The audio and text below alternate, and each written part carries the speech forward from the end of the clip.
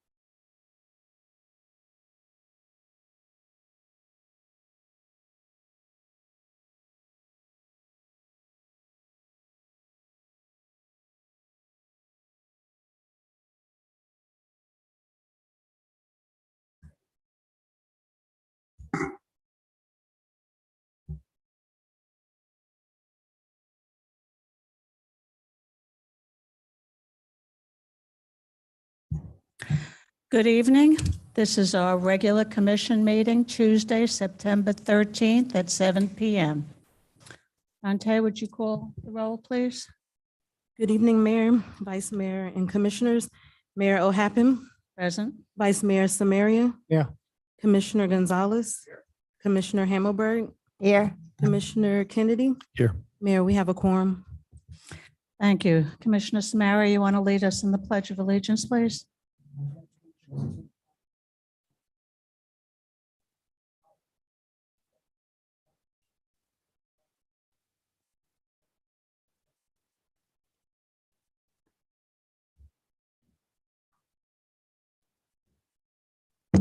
Are there any additions, deletions, or withdrawals to the agenda?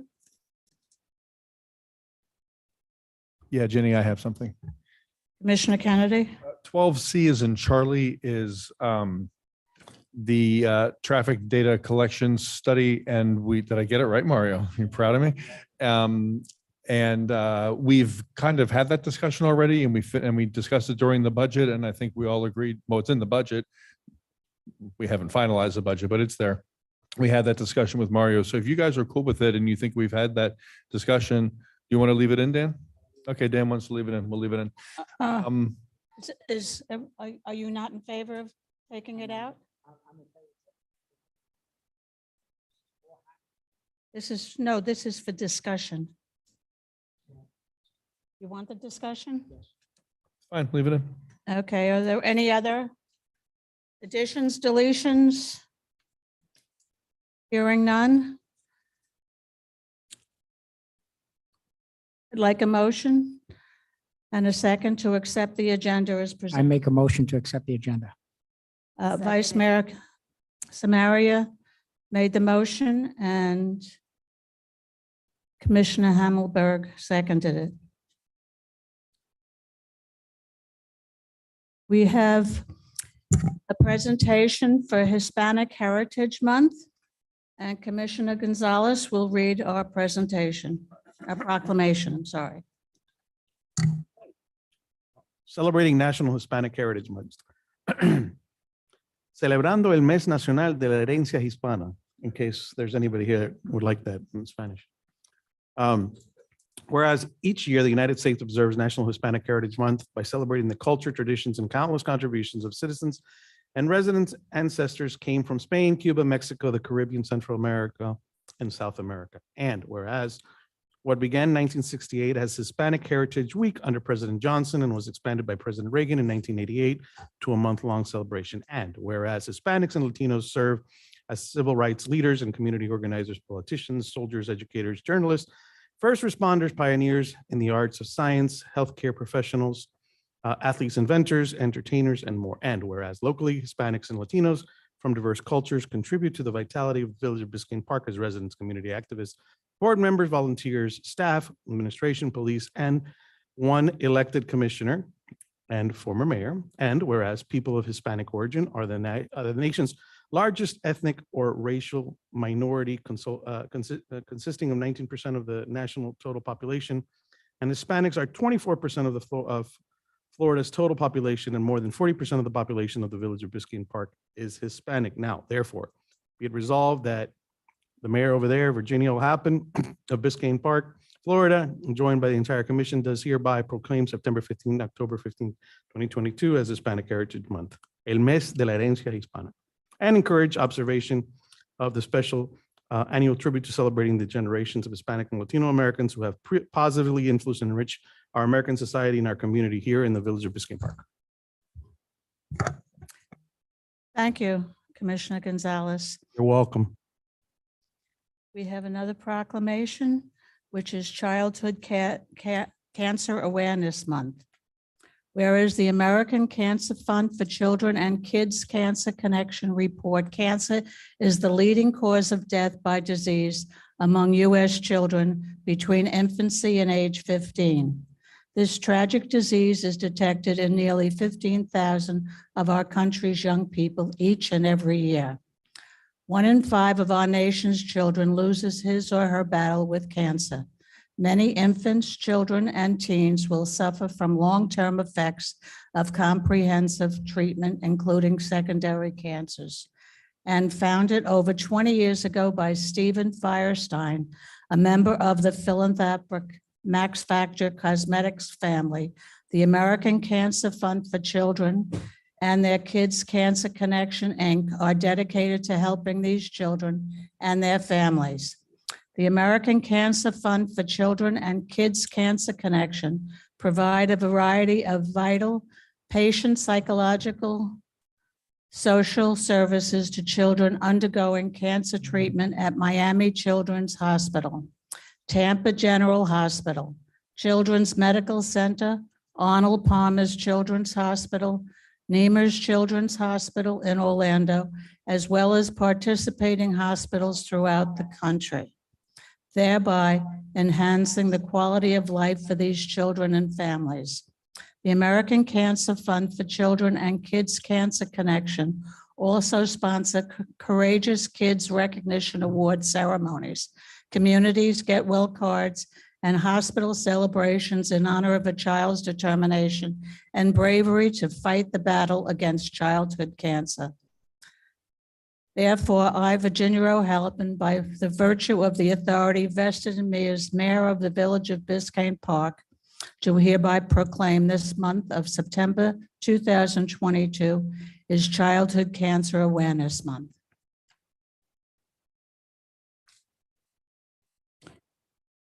I'd like to open up the floor for public comments.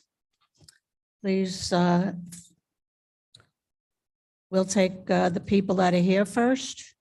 And then if anybody on Zoom wants, please raise your hand or make a motion. Barbara Watts is first. Hi, Barbara.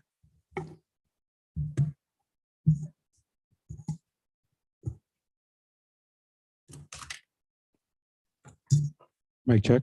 Okay, thanks. Well, here we go like this. Is it good? All right. I just have a couple of things that I wanted to mention. And one, I hope that in your budget, you have put in more money for trees and their care, and for and that you'll apply for a free grant again next year. But one thing that the trees on my block on 7th Avenue and 118th Street, what the company that did the tree stump grinding cut off the whole limb of one of the new flowering trees that was planted, and in the contract it stipulated that if they damaged anything, that they would replace that tree. It's been over a year. I mean, it's been months and it hasn't been replaced. Also, one tree that was, when the Australian pine was cut down, a volunteer oak grew up and had grown up within the Australian pine. That was left, but if you look at it, it's never good. It's a deformed tree, and it's never going to be a full tree. So I still think that we've got a lot to do on the swales and more trees to be planted, not only on other blocks as well as mine. Two, the next thing is that on the swale ordinance, I still think you're a little bit too cookie cutter in what you've done. Because when you look at this, if you still say that we can't have anything within 5 feet of the swale, well, on my block, 5 of the 11 houses would not be in compliant there. And you know, if I live on a swale, a huge swale, there's no danger of a pedestrian not being able to get off of the street if the car comes down. So I really think that you should revisit that issue. And then finally, one thing about the the ordinance, the noise ordinance, for anyone who lives next to an Airbnb, you can know that people are on vacation. Their kids are on vacation, and it's nonstop swimming pool time. And it's, during the day, I can't use actually half of my house because of the noise. And also there is a group of adults who came, and at 5:30 in the morning, they start to belly flop into the pool. I mean, I can't get away from the sound. So I wish that you could strengthen, go beyond what Miami-Dade has for a noise ordinance. Put a noise ordinance on the weekends or during the daytime, or make it earlier or later or whatever. But I think that you should also make sure that every Airbnb owner is paying the business fee that we've got. Okay, that's all. Thank you. Thank you.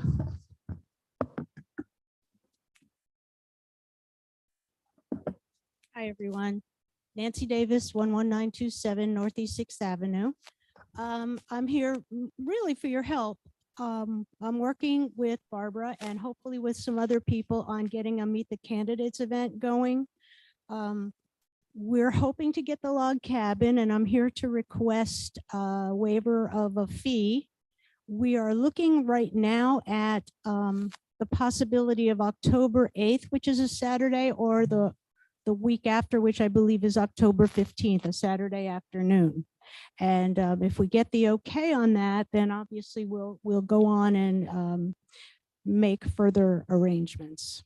That's kind of it for me. So is that all I have to do to get, do I have to apply officially in some way? It's a very simple process. All you have to do is ask. I'm asking. Okay, Nancy. Okay, thank you. Are there any other comments from, go ahead. State your name and your address, please. Hi, my name's Hannah Badwin. I live at 115 Northeast 113th Street. I don't have a comment, but I did apply to be on the advisory board for Parks and Parkways. So I just wanted to come and introduce myself. I've been a fan of the village for a long time. I lived on the north side of 121st Street, so I wasn't officially part of the village, but I have spent countless days walking my dog under the canopies and enjoying everyone's beautiful homes and landscaping for the past year. So yeah, I'm happy to be a part of it. My background is in graphic design with an emphasis on community-based design. So I think I have a lot to offer and be able to help the community. And I grew up in Colorado, so I have kind of a natural love for nature and preserving our natural landscape. And I think it's pretty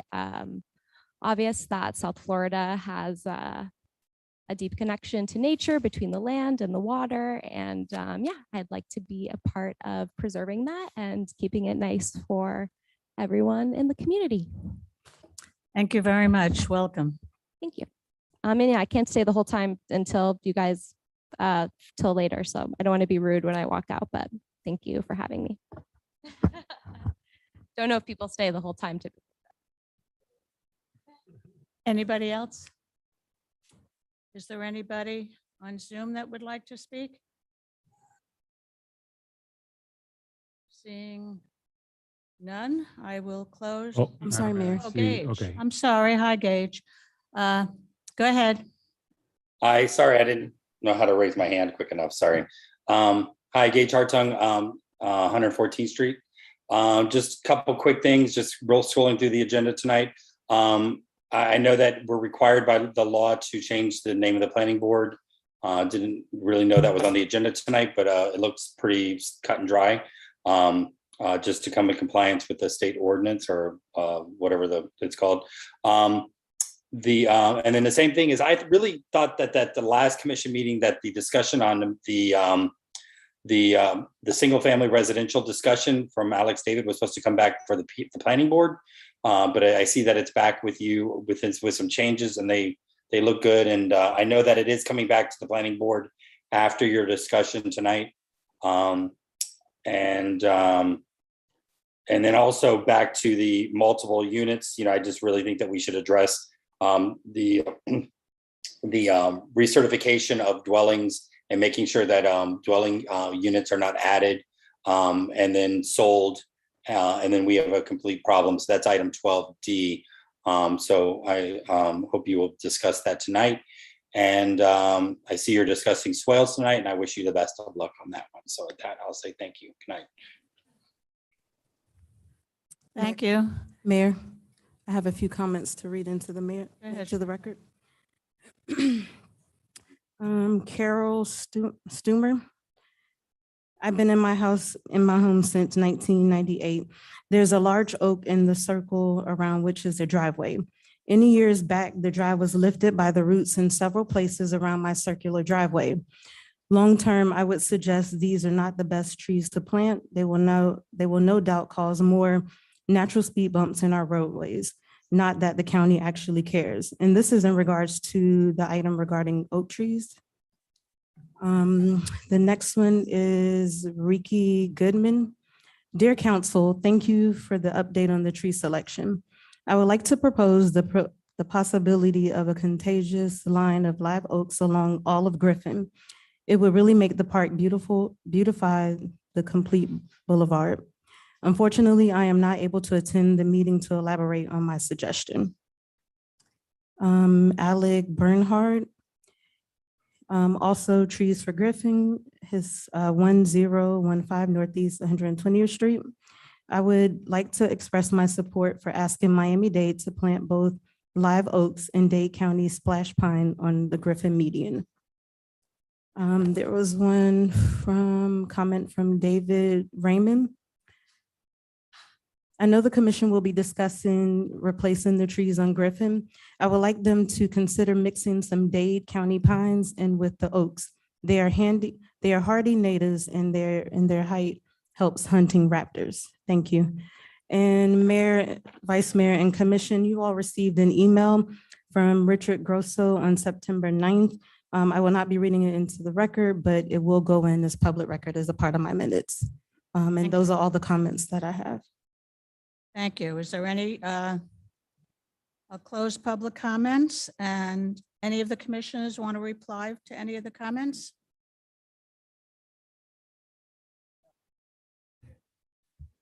Would just like to welcome you to, to the board. And as I made this suggestion, please get in touch with Barbecue, because she is the chairperson, used to be the chairperson of it, and she can give you a lot of insights. And also Dan Keys and so on. Thank you. Okay, is there any other comments? Hearing none, are there any reports from the commission?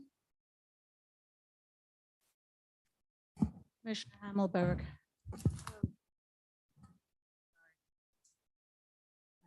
My hand makes it a little hard for me to organize things. Take your mask down, please. All right.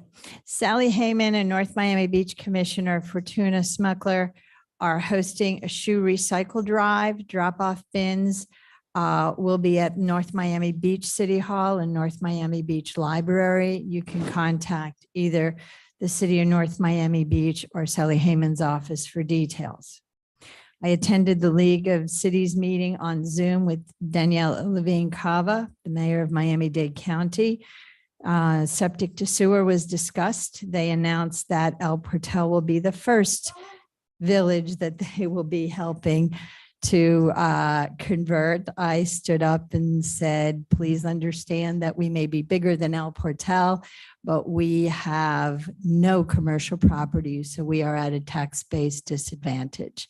And they notified me that they were aware of our issues, that they've been in touch with Mario, and I just wanted to make sure they heard it again. I was at the League of Cities meeting for cybersecurity. The mayor was there and Commissioner Samaria was also there. And what was the other meeting I attended? The League of Cities meeting with Frederica Wilson was postponed, but there was another League of Cities Board of Directors meeting that I attended as well. So thank you. Thank you. As you know, Commissioner Hammelberg is on the Board of Directors for the League of Cities. So thank you for that report. Are there any village board reports? Ginny, I thought you were going down the line. I have a couple of things I want to say. Unless somebody else wants to go? No? Go Okay. ahead, Commissioner. So a couple of things, Mario, I know you put your report on as a backup item, but you don't necessarily present the whole thing, but I want to make a couple of comments about it. And I wonder if any of the other commissioners want to chime in on any of this. Some of the things that are included in there, there's a section for code and the types of the types of violations that are issued are listed there, but not by violation. So we can't really see what code is enforcing. So we can't see, for example, is it dirty roofs? Is it construction related? Is it, life safety issues like pools? Is it more minor things like trash cans? We can't see that. What we see is how many notices of violations and how many administrative citations and these words that are legal things that everyone doesn't necessarily understand. And I have to look them up sometimes myself. But I think it would be more helpful if that section also included what was being cited, organized somehow. I know in years past, we used to be able to see that. I don't know if it's been part of your report before, Mario, but I would find that useful. So if people are measuring how effective they think our code department is being or how overly onerous or whatever angle they're taking on it, I think it would be helpful if people could see what citations were being written up.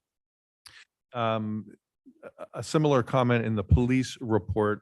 There are numbers of tickets and things listed, but it doesn't say what types of tickets were given out. So it doesn't say if there were speeding violations and stop violations and numbers of things. I would find it useful for those things to be quantified in a report.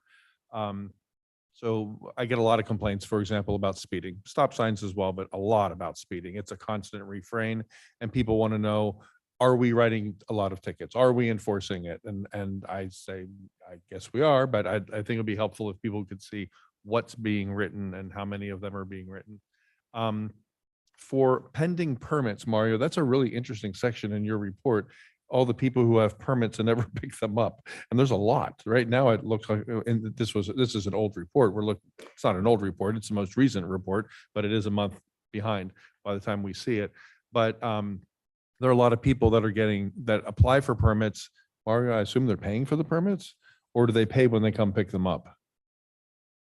If they're part of the legacy system, which is not OpenGov, then they pay for the permits when they come to pick it up. But in the new system, they pay when they register for it. No, once the permit is approved, they would get a notification when they log into the system, they would pay, and then they can just download or print the permit directly from the website. Okay. Well, there's a lot of permits that people are able to pick up and they don't pick them up. And I know your staff reaches out and tries to remind them to do that. I'd like to know how many of those are for new construction and or tear downs. We seem to already find ourselves in an interesting place where there's new construction in the village that is permitted to take place and then it's not happening.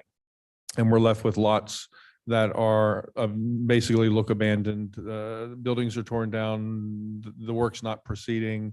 We have some lots that have been abandoned for years and work not proceeding or work abandoned altogether. So it'd be helpful, I think, if we could see what types of permits are not being picked up as well. So those are my comments about that. I don't necessarily find this report to be very helpful, if I'm being honest. It's not the kind of report I wanted when we first talked about this, but we've gone through that and I didn't get my way on that, so I move on. But now we have this report.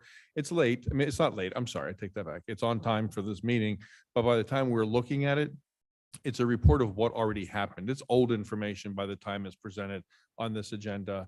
And if it's going to be old, I'd like it to at least be more insightful. And I think some detail in there would be helpful. It looks like it probably takes staff an awful lot of time to do, and it looks like a whole lot of busy work to me, but there is some content missing that I think might be more helpful. So that's my comment about the report. I do appreciate having it though. Okay, board reports?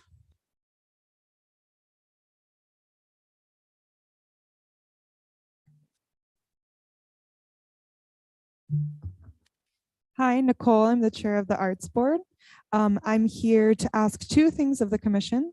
The first was that we have our upcoming event, an evening with Christina Lane, and we're doing the event, that's the Halloween themed event. That's an evening, or the woman behind Alfred Hitchcock. And we wanted to use the log cabin to do it. So we wanted to ask if the village would be willing to waive the fee. It's going to be October 21st from 6 to 9. That's the first thing. The second thing is that our board has a lot of events planned, and we really want to get the community involved and sort of bring the boards into the 21st century. So we actually wanted to create an Instagram account for our board. And I spoke with Shantae about it briefly, but she suggested that I bring it before the commission. So I wanted to ask you all's permission, thoughts, comments on if we as a board have an Instagram page that we can promote and advertise village or our board events on. Thank you. Thank you. Are there any other reports, board reports? Anybody on Zoom with a board report?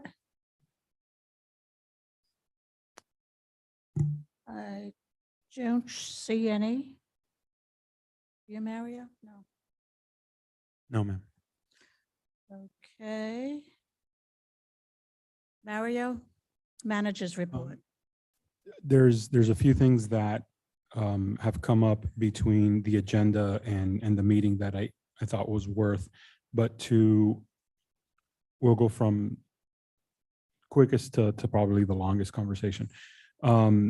Real quick, so we now have 2 requests to use the log cabin for an event. I just want to make sure that there's consensus within the board, within the commission, that it's okay to waive the fee so that both we can have a candidates forum and the art board be able to use the event. Okay, I'm seeing nodding, so we'll get in touch with both so that they can know what would be needed, so that we can move forward with that. Thank you very much. Second, with regards to the social media, and legal, please step in. My only concern would be with the board managing is that there is now communication within the board outside of publicly noticed meetings, because you would each, I'm assuming you would each be able to upload and write or whatnot. So it could create sunshine violation. Now, you are more than willing to create your own Instagram account and say, you know, I'm a member of the arts board and pictures and stuff like that. But that's where my hesitation on an art board page would come from, is how the interaction with the board members and how that's managed. Legal, did I? No, our concern that we raised was not sunshine. It was the board itself has no independent authority.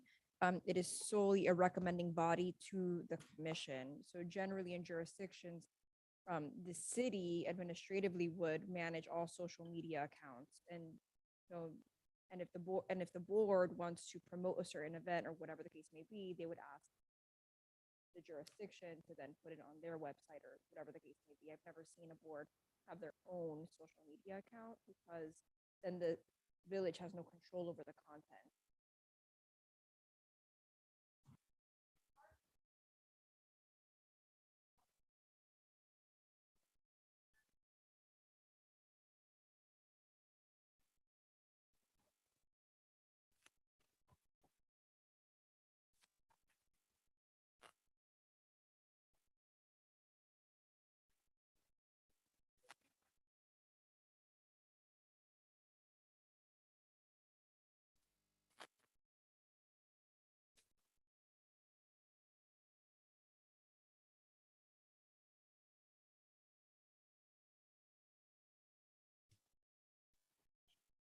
Would that be okay if everything was run by manager to approve any?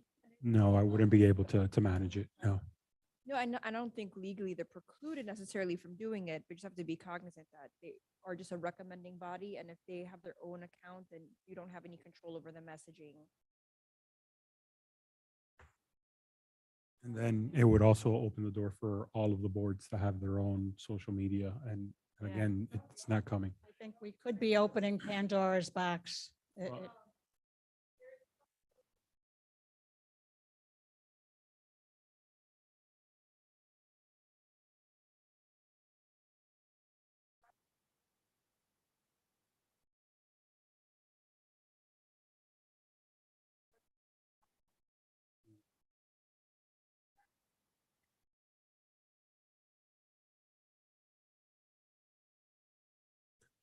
So, thank you.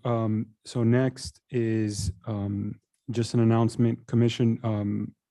Halloween is coming up next month. If you all can give me a name of one individual that can represent you as judge for the Halloween Awards, and then we will advertise that for towards the end of this month to the community so that they can kind of go through that. So if you can email me that, then we'll get in contact with their contact information. Then we'll get in contact and advise them how that system works. Of three last quick items, fairly quick items. Last week, the Parks and Parkway Board met. There was a few items that we needed to discuss right away. I appreciate Marissa and Juan and Michael for getting together and hosting. It was a 2.5 hour meeting, but it was very productive.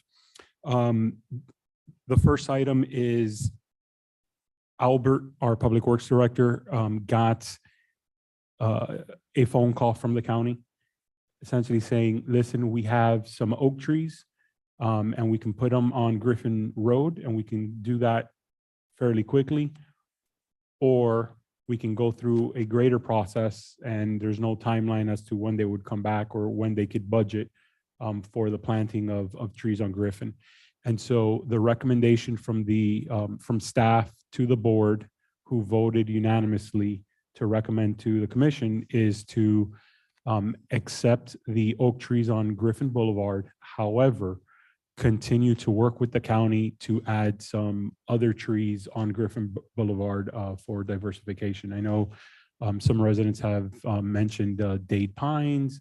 There was talk with regards to flowering trees as well. But right now, if the county has availability and is willing to, then the recommendation is to move forward with what they have available and continue to work with them. So if there's a consensus with the commission to kind of move forward, then we can make sure we talk with the county and get that ball rolling. Can we put a limit into how many oaks they're putting up, since we want other trees? Otherwise, if we just give them a carte blanche, they can put in oak trees. We're going to be inundated with So whatever they have. they will be replacing the Australian pines that were removed. So it's about 11 or so. There are still others that we'll get to in later years. And I think we'll have more, we can work with them to, instead of just doing straight oak, to be able to change. And there's still a lot of space between them because Griffin is pretty long. So I think we'll still have plenty of space to be able to do that. Yes.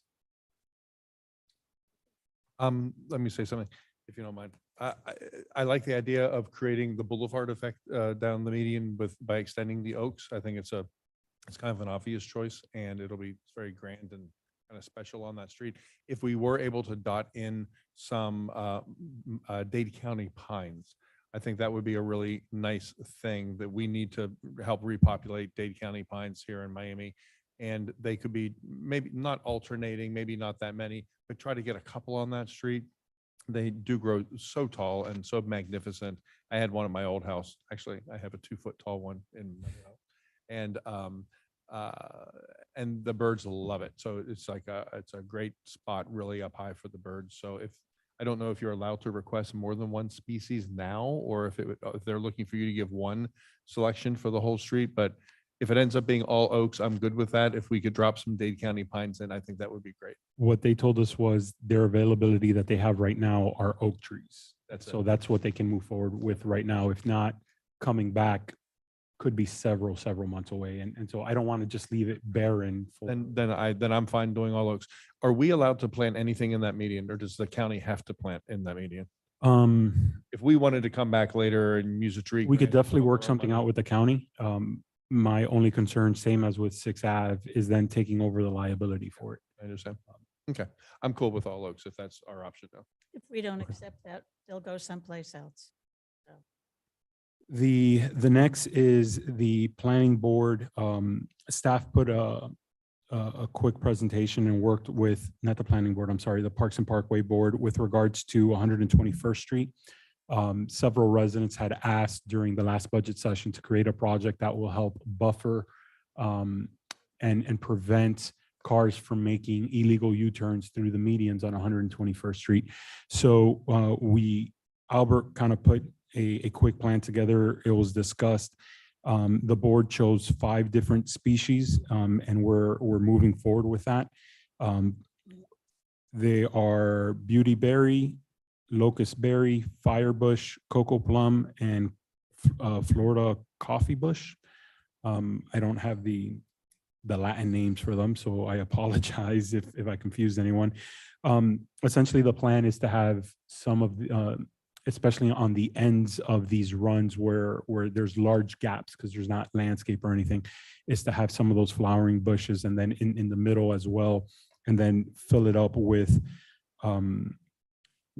all these species to really create volume within the median that will prevent or distract a car from just driving over something. So they're also looking at like large stones and things like that to be able to prevent cars from destroying future plantings and all, but that project will be moving forward.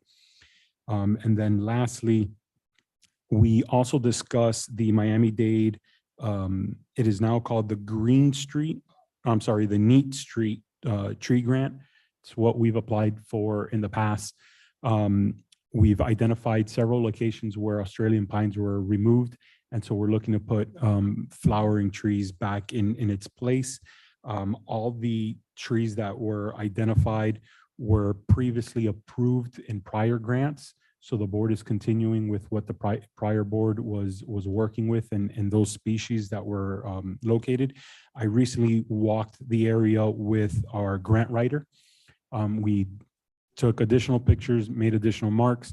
There is one deviation from what the board recommended and what we would be applying for in the grant. Part of the grant, you're getting additional points this year if you're planting within a park. And so there's an area within our park right behind the baseball field where the bleachers are between the basketball court and the baseball, where we have a lot of space. So we'll be planting a couple trees in there as well. So to make sure that we get additional points within the application. I believe our medians, our big medians, aren't they considered parks? I believe that is in there. I don't think that the committee will see them as parks and see them as swales or medians. And so doing something within the actual park itself, I think will just elevate the application more so than it will. So we're currently working on that. That application is due by the end of the week. So we're getting pricing and all that kind of stuff so that we can put it into the application and hopefully get that awarded to us. Remember that that is a reimbursement grant. So we would still be paying, for example, $35,000 for the project. And then once we turn in all the paperwork and the receipt, then the county would reimburse us the $17,000 for the grant, if that's what we are awarded. So those are the differences that I just wanted to make the commission and the community aware of. Can I chime in there real quickly on something? I attended the meeting with Mario and Albert and the new board members, and I just want to say thank you. Marissa is here. She's one of the new board members. And of course, Hannah's here, who's applying for the board tonight. I just want to say thank you, guys. You did a really nice job. It was a long meeting. Mario came to you with a whole lot of stuff at your first meeting he needed to get through. So thank you guys very much for getting together so quickly and making that happen for us. You're a very enthusiastic group, and it's nice to see that on the board. When they're making some of the choices, Mario, I say this all the time. I'd love to see many of the choices made to be choices that could contribute food sources for birds and insects and things as well. I always think it's great when trees and plants are offering food up to the wildlife in the village. Are you finished your report yet? You didn't, you want to speak on the, As requested, it was provided at the last month, and this month, the updated freebie numbers are located in the manager's report as an attachment. And you'll see there's continual growth within ridership and usage of it. So Just for the record, I will say that when I was not able to drive, I was using the freebie to get places, and it was very, very nice to have. Judy, do they wait for you when they drop you? Like if they're going to take you to the drugstore to pick up a prescription or something, do they wait there for you until you come out, or do you have to call them again? I had to call them again. You had to call them again. okay, are there any other board reports?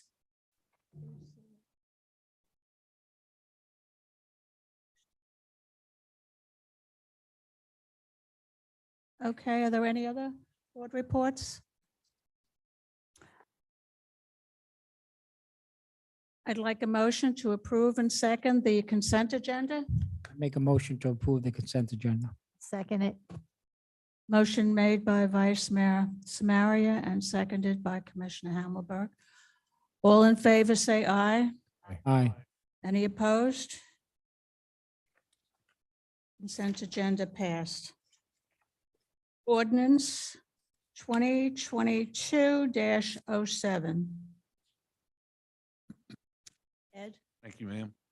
An ordinance of the Village Commission of the Village of Biscayne Park, Florida, amending section 11.6 fences, walls, and hedges of chapter 11 accessory structures of the Biscayne Park Land Development Code to amend subsection E of section 11.6.3, prohibiting the use of secondary fence or decorative fencing materials on chain link fences, requiring landscape materials where an existing chain link fence is facing the front right of way, providing for inclusion in the code and scrivener's errors, providing for conflicts, providing for severability, and providing for an effective date. And this is second reading.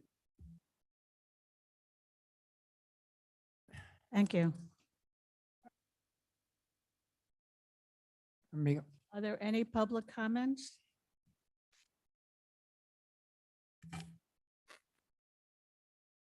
Are there any public comments on Zoom? Madam Mayor, I see none. I don't see any. Okay, I make a, like a motion? I'd like to make a motion to approve ordinance 2022-07, amending section 11.6 fences, walls, and hedges. Okay, motion made by Vice Mayor Samaria and seconded by I'll second it. Commissioner Gonzalez. Do we have a roll call, please? I have a comment to make as well, before we please. go forward. Sorry, discussion. On page 3, number I, it says ordinance number blank shall be allowed to remain. Does that not need to be filled in with a number before we move forward? Include it. Yes, once we process. Okay, Yes, it'll be this ordinance number. Yes. okay. Any other discussion on that? Yeah, I have something. So in E as in Edward, I spoke with Valerie about this earlier today. It mentions chain link fences facing the front. Elsewhere in this code for fences, the language separates front from corner side yards and also the word front and side front. So in other words, we have corner properties in the village that have a front yard like everybody does, but then they have what's called a side front or corner side yard, and they're treated like front yards in many ways in our code, and they are for fences as well. So within the fence section of the code, we do make the distinction between front yards and side front yards. But in this section in E, it only talks about front yards. So it says, where an existing non-conforming chain link fence is facing the front right of way of a property. It's very specific to the front right of way only. Said fence shall be shielded with landscape materials. That, if I'm reading this correctly, this would allow people with chain link fences in their side front yard, and we have quite a few of them, to have the fence exposed without landscaping.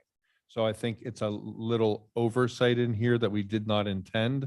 And I apologize, I didn't catch it on first reading. I hate making changes to ordinances on second reading. And so Valerie may want to chime in here. The only other thing I would point out, and I discussed this with Valerie and she said it's okay, is that the title of this ordinance does include the language front right of way. So I don't, just want to point that out to everybody's attention and see if anyone has a concern about that. So we do have properties, just to be clear, corner properties with chain link fences on the side front. And per this code, they would not be required to be covered with landscaping like front chain link fences are. So essentially, if there's consensus of the commission to also include the front side yard for corner lots, then it'll be amended. The title's okay, because the title does say front right of way. You're cool with that? It's minimal Okay. change. I Just- think it sufficiently puts everybody on notice as to what the changes were gonna be. This is for existing chain link fence, right? That's correct. We don't allow chain link. We don't allow, well, we don't allow them in the, we don't allow them in the front or the side front. Yeah, yeah. We do allow them in the back and facing alleys. Not as long as it's not visible.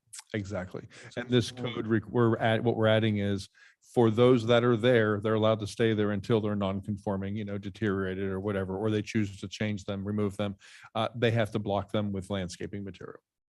And so what I'm saying is we need to tighten that up and say side front as well. I agree. Any other discussion on that? So do we need to amend the motion? So, It needs to approve as amended. so Dan, you need to amend your motion? I need to make a motion to approve the amended parts that need to be amended. Okay, and you're seconded by Yeah, second. Gonzalez. Okay, can we have a roll call now? Mayor O'Happen, Yes. Vice Mayor Samaria, Yes. Commissioner Gonzalez, Commissioner Hammelberg, Yes. Commissioner Kennedy, Yes. Mayor Ordinance number 2022-07, amending section 11.6 fences, walls and hedges passes as amended. And I just want to point out that the attorneys didn't make a mistake by doing that. I don't want anyone to think he's pointing out an error. We instructed her very clearly what to write in this code, so she did. I did always want to point that out. I don't want to ever look like I'm saying someone did something wrong. Ordinance 2022-10. Ed, please. Yes, ma'am. An ordinance of the Village Commission of the Village of Biscayne Park, Florida, approving a First Amendment to the franchise agreement with Great Waste and Recycling Services LLC, for solid waste collection services, providing the village manager the authority to do all things necessary to effectuate the ordinance, providing that future amendments to the franchise agreement may be by resolution, repealing all ordinances inconsistent with this ordinance, providing for severability, providing an effective date. And this would be second reading. No, this is first reading, I'm sorry. Thank you. Is there any public comments on ordinance 2022-10? Seeing none, I'd like to ask Mr. Gonzalez from Great Waste if he has any comments or something to say. Mr. Hernandez, I'm sorry. Okay. Good afternoon, Honorable Mayor, Commission, Village Manager, City Clerk, and Village Attorney. We certainly appreciate the opportunity to forge our public-private partnership with you and the town forward. And we certainly don't have to go over what we've gone over originally with the fuel, labor, and disposal. However, in the original ordinance, you had a floor of the original presentation of what we proposed was 372. And the ordinance moved forward had 425. And we need to stay at the 372 because that was the floor that sets the criteria of triggering the going away if it gets below the $3.72 a gallon. And so we ask that you roll that back to the 372 and as in form, everything else identically the same. Thank you, Mr. Hernandez. Any comments from the board? I need a motion for, I'll make a motion. motion for 2022-7 by, -10 by Commissioner Hammelberg, seconded by I'll second it for discussion. Vice Mayor Samaria. Any discussion? I have a question in regards to the 372 that Mr. Hernandez is referring to. That was the original price on the agreement that we initially signed, right? Is that the Mario? Looking back at what the cost was the year prior when we started the negotiation back in May or June, it was at a 372 rate. And so that's where we took that. That's not, it's not contractual. Is it written in the contract anywhere? No.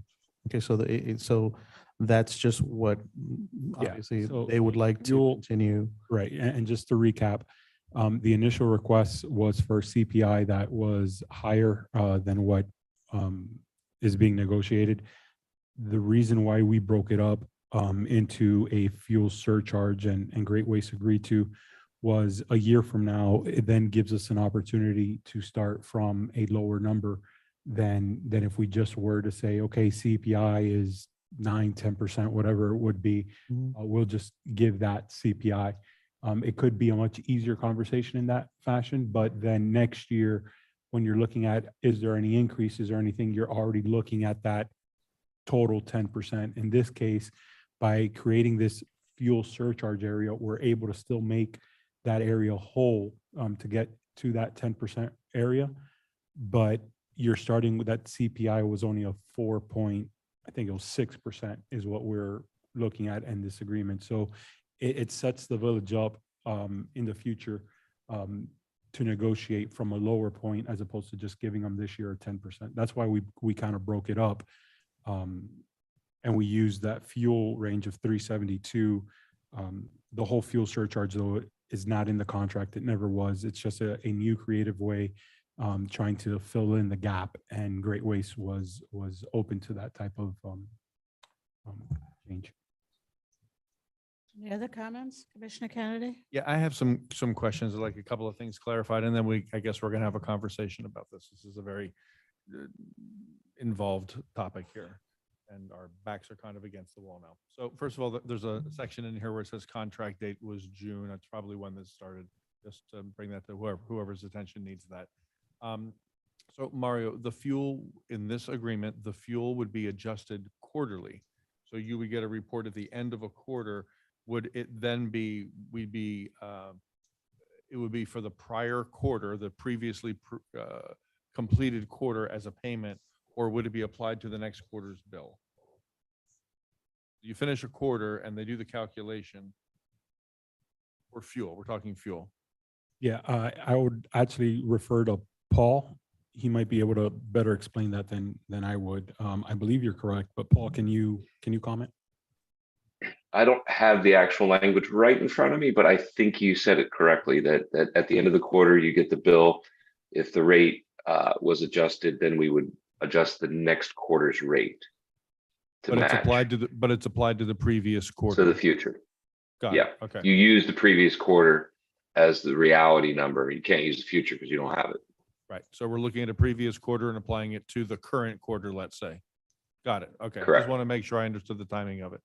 Okay, there's some language in here that confuses me. Under the franchise fee section, number 3, the second paragraph reads, the base franchise fee payable by the contractor to the village shall be 6 4/10% adjusted franchise fee. And then it goes on to say the adjusted franchise fee will then be further adjusted downward in an amount equal to any fuel charge. So what we're saying is it's using the word base and then calling it adjusted is what I find confusing in here. Could you explain that to us, please? So essentially, we're agreeing to the increase of the CPI, right? And that's at a 4.6. So the remaining on the franchise fee that we're talking about is now a 6.4%. So that is what would be adjusted going up and down depending on what the fuel surcharge, whether it's qualified or not. Okay, so we're calling it the adjusted franchise fee, but it's being used as the base for the calculation. Correct. Okay, it's kind of confusing language, but I understand what it means. Okay, just to be clear, the adjustment then uses the word amount. Is it a dollar amount or is it a proportional reduction based on the price of fuel versus the baseline? Or is it to the penny? So is it it says amount, is it amount? Is it an amount or is it a proportional, is it a ratio of actual fuel to the base fuel? And then we're adjusting the franchise fee accordingly. The way, Understanding, what when I drafted it was going to be a percentage, so it's going to be reduced by 5%. Fuel surcharge is 5%, so then it would be adjusted downwards, and it's 5%. That's what I thought too. And then when I read this, I thought, oh, it's being adjusted in an amount equal to any fuel surcharge imposed. That makes it sound like a dollar amount then. Or are we trying to make no, are we adjusting the franchise fee to account to the penny for? no, my understanding is if the fuel is more than in the ordinance, last meeting, the commission put it at 425. So if it's more than 425, then they would automatically hit that surcharge, which is 5.4%. So then that total amount would just go in. We're not going to the actual dollar amount or anything like that. Okay, so the base amount for the fuel, the amount that we're measuring from is 4.25. And let's say, just to make this easy, it's 5.25. So it's $1 more a gallon, and they used 100 gallons. Now we're into them. No, in other words, we're looking at 10%. And so there's already a percentage of 4.6 for CPI, that's on one end. There's a remaining 5.4%. If the fuel is above that dollar threshold, they get that 5.4. And then it's 5.4 for a total of 10. No, it's 6.4 and 4.6. I'm sorry. No, then it's short. If it's from 10 and CPI, right? But we're talking about giving them a 10%. So if it's 10% and CPI is 4.6, you have a remaining 5.4 left to 10. I mean, I know I'm not a mathematician. So now I'm doubly confused and now a little concerned if I heard what I think I heard. So what we're saying is the rate is adjusted, that's separate. But when it comes to fuel, if the price per gallon of diesel fuel is higher than 4.25, it automatically triggers a full franchise fee adjustment? For the 5.4%. Yeah. They get all of it. Yeah. If it's only a penny over a gallon, they get the balance of the franchise fee? The Is that what you guys 5.4. understood? Well, keep in mind, Commissioner Kennedy, that they're asking for 3.72. Right. We're talking about 4.25, but they're actually asking, so. No, I understand that, but It's we're a looking at a significant- contract that says 4.25. That's not what I understood from last meeting. What I understood last meeting was there was going to be a proportional effect. We would look at gas and watch it go up and down and give them something to help make good on the difference. But now, according to what I just heard now, if it comes in a penny over, they get the full amount. Mhm. Oh, wow. That's a no for me. Let me ask my other questions. That seems really, really heavy-handed. That is not at all what I understood last meeting at all. We talked, and I'll go back and listen when I get home. I'll listen to it tomorrow. We talked about a proportional kind of a thing. That's exactly what I understood. You understood that too? This is not what I understood at all. This is an issue for me. Okay. Let's move on because I have some other questions and I would like them answered. So the base franchise fee is set at 6.4%, and that's a drop of 4.6%. And that's to account for the rate increase. Is that correct? So we're dropping the franchise, this is saying drop the franchise fee, and that's going to account for the rate increase, and then we set that aside. That is if the commission gives the CPI adjustment of 4.6. Got it. Okay. And then my last question is really more of a budget question, but I'll ask it now because I think we need to sort of keep this in mind. If we do this and it works in our favor and we end up recognizing revenue from the franchise fund that we don't currently have budgeted. We haven't finalized the budget yet, but we are going to in 2 weeks. And right now it's set at 0 revenue for franchise fee. If we start recognizing revenue, then we're going to have to decide what to do with that revenue. Would you want it to go into the general fund? And my opinion on that is when we get to that part of the conversation, I would like us to consider, since it's trash money, we kind of made some trash money we weren't budgeting for.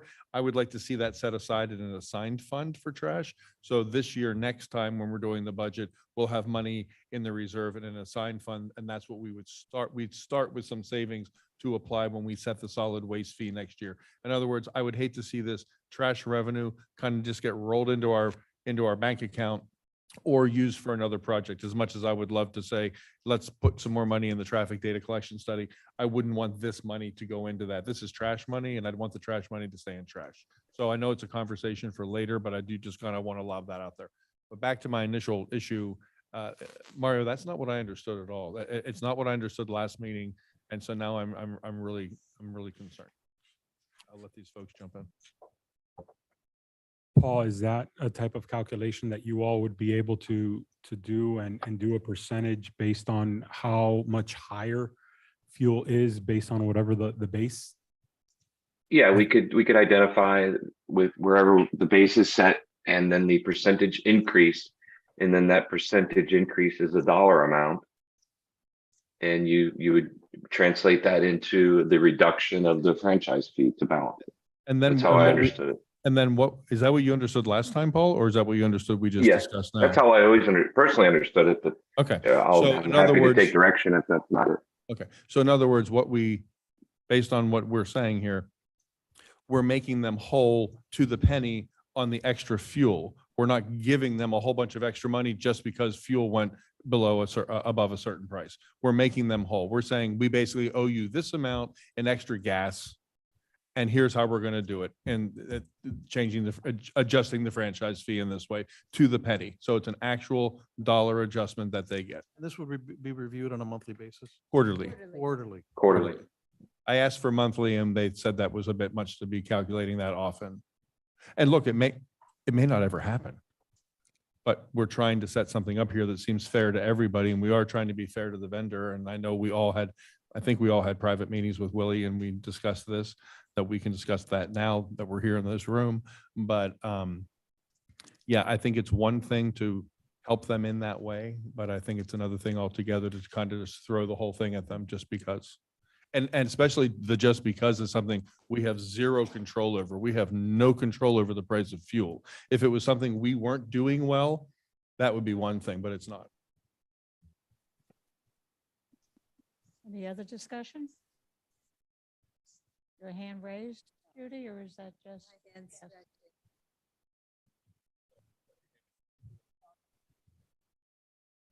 So then let me just sum up some other thoughts I have on this, and it's a bit of a repeat from before, but it's worth saying again.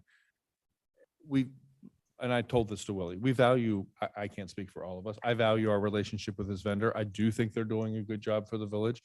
The bar was kind of low, but they came flying over the bar. So they didn't just exceed previous they came sailing over the bar. I'm personally very happy as a resident and as a commissioner with this vendor. That having been said, we have a contract with them and we entered into a contract. They presented the contract. They replied to an RFP. They knew exactly what they were walking into. And periodically we hear them say things like, there's more waste than we thought there would be. And you guys have a lot more trees, and yeah, that's on them. That's on them. It's not a surprise how much waste we have on our landscaping days. But this is the first year of this contract. And in that 1 year, there have been some concessions made to them already. They changed the schedule out of the gate. They did not give it the old college try, much to, not to argue with them, but they didn't. And the schedule changed and that helped them. Okay, that helped them. They started using the claw a whole lot more and that helps them. It doesn't help us. It gets the trash picked up, but they get paid to pick up the trash regardless, one way or the other. It's their job to get the trash picked up every day, that day. So that concession, and it's in Mario's authority to do these things, so we can't argue that. It's in the contract. But that concession also saved them money. And the fact that we find out that they're picking up larger piles than they should, and that some of those piles should be charged to the residents, and they're not. And when we dig a little bit deeper, they want to pick it up because they're already here and they want to keep us happy. I get all that. I buy that. But it's also, there's administrative costs to doing that, and they're avoiding those costs by just pick it up, you're there, take it with you, go. So this is just the first year, and now we're looking at a situation where we're not going to be recognizing revenue that this village, as far as I know, has recognized every single year since we have outsourced waste, if I'm correct. So we've always recognized that revenue, and this will be the first time we aren't recognizing the full revenue. And it worries me for next year. So it's a revenue concern, it's a service concern, and hearing what we just heard about how this was, what thought our intent was, what Paul heard our intent to be, and what's actually here in front of us, we need to figure this out, guys. So someone else take control of this. You guys know where I stand.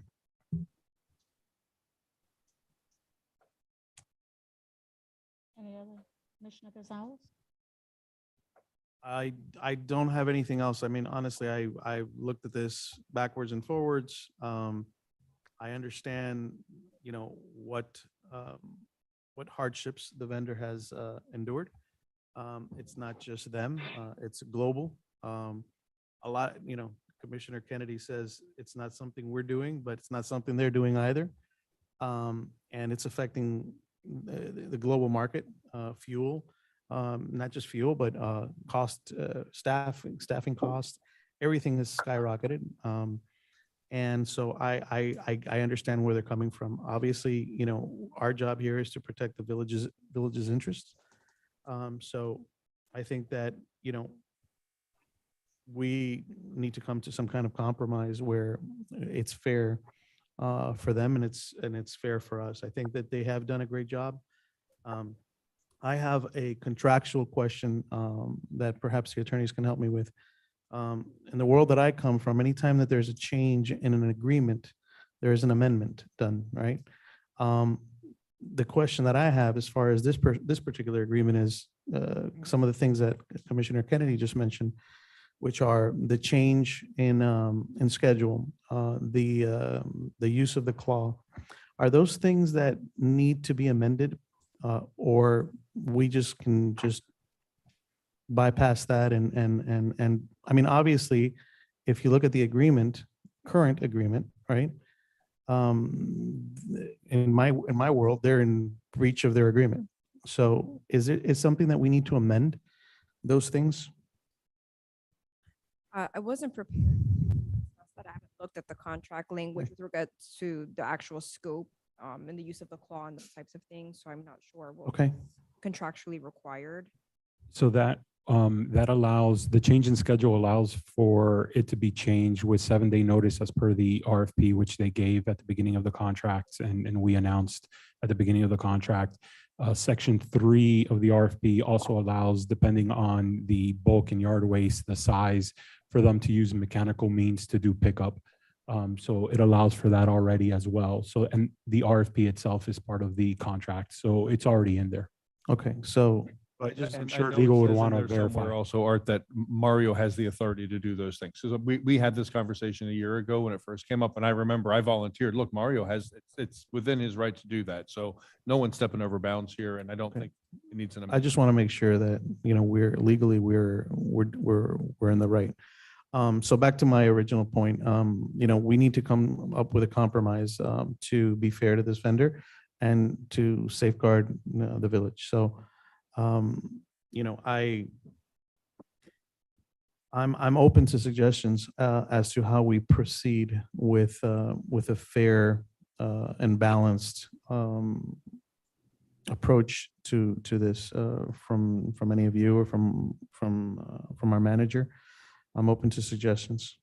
The reality is people weren't beating our door down to take on this city and services. We kind of had to amend to even get somebody to put in a bid. And our primary person who wanted to bid was the company who we had previous. And they were a whole lot higher than they were last year and a whole lot higher than Great Waste is now. And I think we need to, And not very efficient. and they were totally not efficient. There were months that I didn't get garbage service unless I put my garbage in my neighbor's can, that they didn't even pick up my can, and I was not very happy about it. I don't have a big problem with these people. They're very responsive.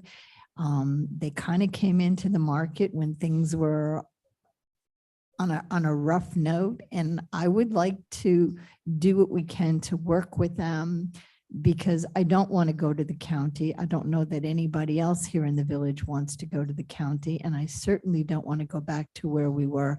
And I don't know that we have a whole lot of options. I would like to keep them on our side instead of just say, this is what we can do and we can screw you, because I don't think that is productive for us either. So I think we need to compromise. I think we need to work with them. I think we need to approve something and let them do whatever they're doing, because they're doing a Commissioner very good Gonzalez, to answer your question, I really don't know.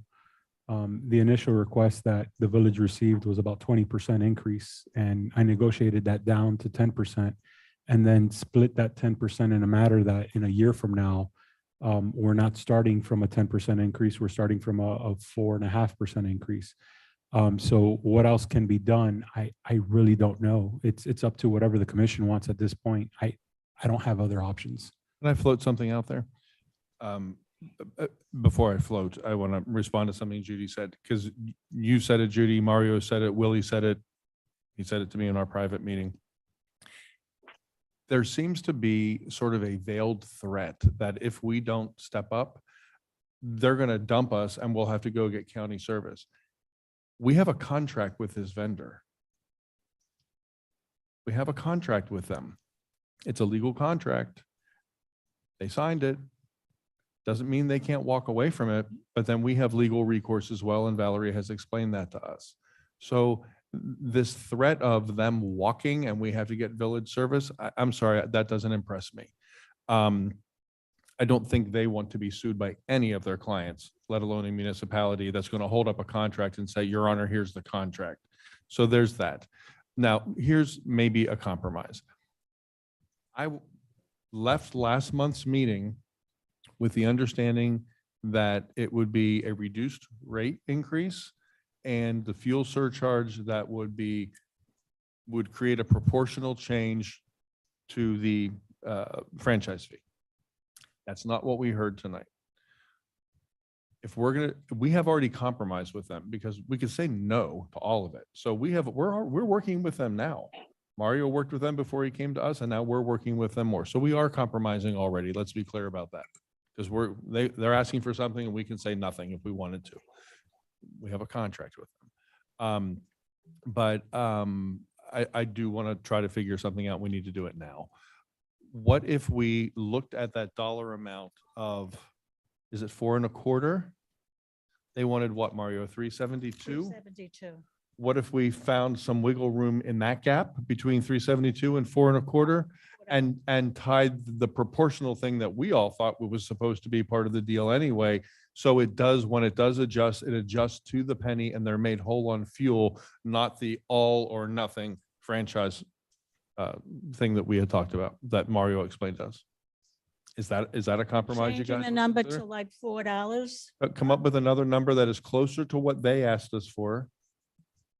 Because look, guys, we picked 4.25. We kind of went back and forth and threw numbers out. And we ended up there. We could compromise a little bit more on that base number that we'll compare it to, but make sure it adjusts to the penny. So we're not just saying it's an all or nothing proposition. The all or nothing thing I won't agree with. First of all, anybody suing anybody, they're the losers. And that goes for us or them. So Not sure our even attorneys discuss would suing tell us is crazy, because our lawyers would tell you that. Then it would really cost us money. But we do want to compromise, and we don't want to force people to work for us that are not happy. They're going to have to do it, but it's different type of service. So what do you think about adjusting that number, Mr. Hernandez? The number that we ran our performers, when we originally bid, Mayor, when we originally bid, it was $3.07 a gallon. We absorbed $3.07. I mean, it's in the spreadsheet. It was 372. original, when the original bid in July 2021, it was 307. However, we've absorbed tremendous amount of cost over the past 2 years. And we're just trying to offset that, bring that back to where we can stay healthy and not be in a position where we're just barely making ends meet. That's not where we want to be. So when I spoke to my leadership, they wanted to go to the $3.72 because that was above already 20% increase from the original amount. So it was something that was we're just trying to hang on to. Additionally, and I know there was a lot of conversation. You know, fuel's up 55%, labor's up 16%, and disposal 9.1%. I know that a contract is a contract. However, there was no planning on this pandemic that happened to us and what it created in the later days. And, you know, I respect the Commissioner Mack, what he said. Even his transportation companies, they don't want to ship him his beauty product no more. So I understand. And let me tell you, this is just the tip of the iceberg. Really, waste management companies like ours, we're in the transportation business. It's trucks, tires, fuel, diesel, labor, and everything that revolves around the disposal end of it. So we feel that we've given concessions in. We've gone down from a 20% increase to a 4.5 on the CPI. Dade County CPI is 9.6. I say include the last report, it was 9.1. It's even up from that. So, I mean, look at every aspect and everything we've done. We feel this is a very modest, very, very modest request. And once again, we can only come to you once a year, and we've just kind of bent and said, okay, we'll go to the quarterly. Well, you can review it quarterly. We got to stick to that 372. That's where, diesel, low sulfur is much more than gas. Gas has come down. It has. It's down to, the $3 and $4 a gallon. But however, just as Commissioner Kennedy said, his beauty products, his transportation companies, they don't want to bring the product in at the cost no more. They can't. You can't operate these trucks. Well, with the NRHA, the National Trucking Association, per mileage is doubled. It's doubled. So it's something that everybody is going to be impacted with, and it's going to go from your milk, your gallon of milk at Publix, to your beauty products being shipped. Now, for the garbage guys, us, we're just literally strapped with all this expense, and we have digested it all for 2 years, and we could only come to you once a year, and so it's got the CPI, and then Mario clobbered us over the head and beat it down to where we were, and we thought that we had arrived at something. And just keep us game. I know it's a different city, Doral, all the other cities we do, they gave us the increase with their eyes closed. Willie, let me because respond to a couple of things that you said there, if you don't mind. Yeah, go ahead, Commissioner. First of all, just to be clear about what I told you about the beauty supplies being shipped into my company, let's just make sure everyone's clear about that. What I said was, we have contracts with them and they had to abide by the contracts until the contract expired. Contracts are now expiring and we're looking at contracts for the next year and they are adjusting the freight cost to us based on what's going on in the world. They did not come to us in the middle of a contract year and say, would you pay us more for freight? We would have said no. We wrote out the contract year and then they did it. So they did it when they could do it, just to be clear. And this is our first year, not our second year of this contract. So look, Willie, we all appreciate what you're trying to do for us. Some of these other communities that you're talking about, I think I'm correct, and correct me if I'm wrong, that you also either have the commercial business in those communities or you have the ability to go bid on the commercial business in those communities. And that's a really big chunk of the pie that you don't have here in Biscayne Park. You'll never have that opportunity. And when you bid on our contract, you knew that would be the case forever. We will never be able to hand you commercial business or the opportunity for commercial business. So again, let's just be fair about when we talk about these things. So, and Willie, is the senior, the owners of your company, are they on this Zoom? Are the decision makers there? No, they're not on this particular call Okay, tonight. That's unfortunate because the decision makers for the account are all sitting here at a table having this discussion with you. So there are 5 decision makers here and we're all here with our manager and our attorneys trying to get this done. I think it would have behooved them to have been here as well. Yeah. I'm here to represent, and bottom line is that we had carved out what we really needed. And we felt that we were very modest and very, very susceptible to changes and bring you whatever we could bring you while maintaining transparencies and providing you a very high level of service that we do. So I seem to be on one extreme of this and Judy seems to be on another. And so I think maybe we all are kind of sprinkled in and let's see how we kind of pull this in and compromise and figure out what we're going to do. Can I ask a question, please? To clarify, please, for me, I'm not as smart as some of the people up here. Mario, so we are giving, let's forget about the fuel cost for a second, because we're focusing a lot on fuel cost, right? We're giving them a certain percentage, right? Outside of the fuel cost. Right? 4.6. 4.6. What does that equate to? How much does that equate to? On a yearly basis? Do you have an, that's the CPI? Is that the? Yeah, CPI? I mean, that's what we ended up negotiating for the CPI increase. And Paul would probably be able to give you those type of numbers quickly. Would that be monthly 83? Good try. 83? I thought it was 83 a month. I could be off. I need a figure. The franchise fee per month is like 6,300. No, I think he's talking the bill. Oh, the bill is like 63,000. That's what this 4.62 equates that we will be giving them, correct? I'm sorry, I don't understand the question. Okay, Paul, are you understanding what Commissioner Gonzalez is trying to? How much? Not yet, but I'm listening closely. Okay, How much of a raise are we giving them at Yes. 4.6? Uh, 4.6% on yeah. what we're paying them every month. What's that come to for dollars? Okay. correct. It comes to, if 63 is right, it comes to like a little less than $3,000 a month. So $36,000 a year.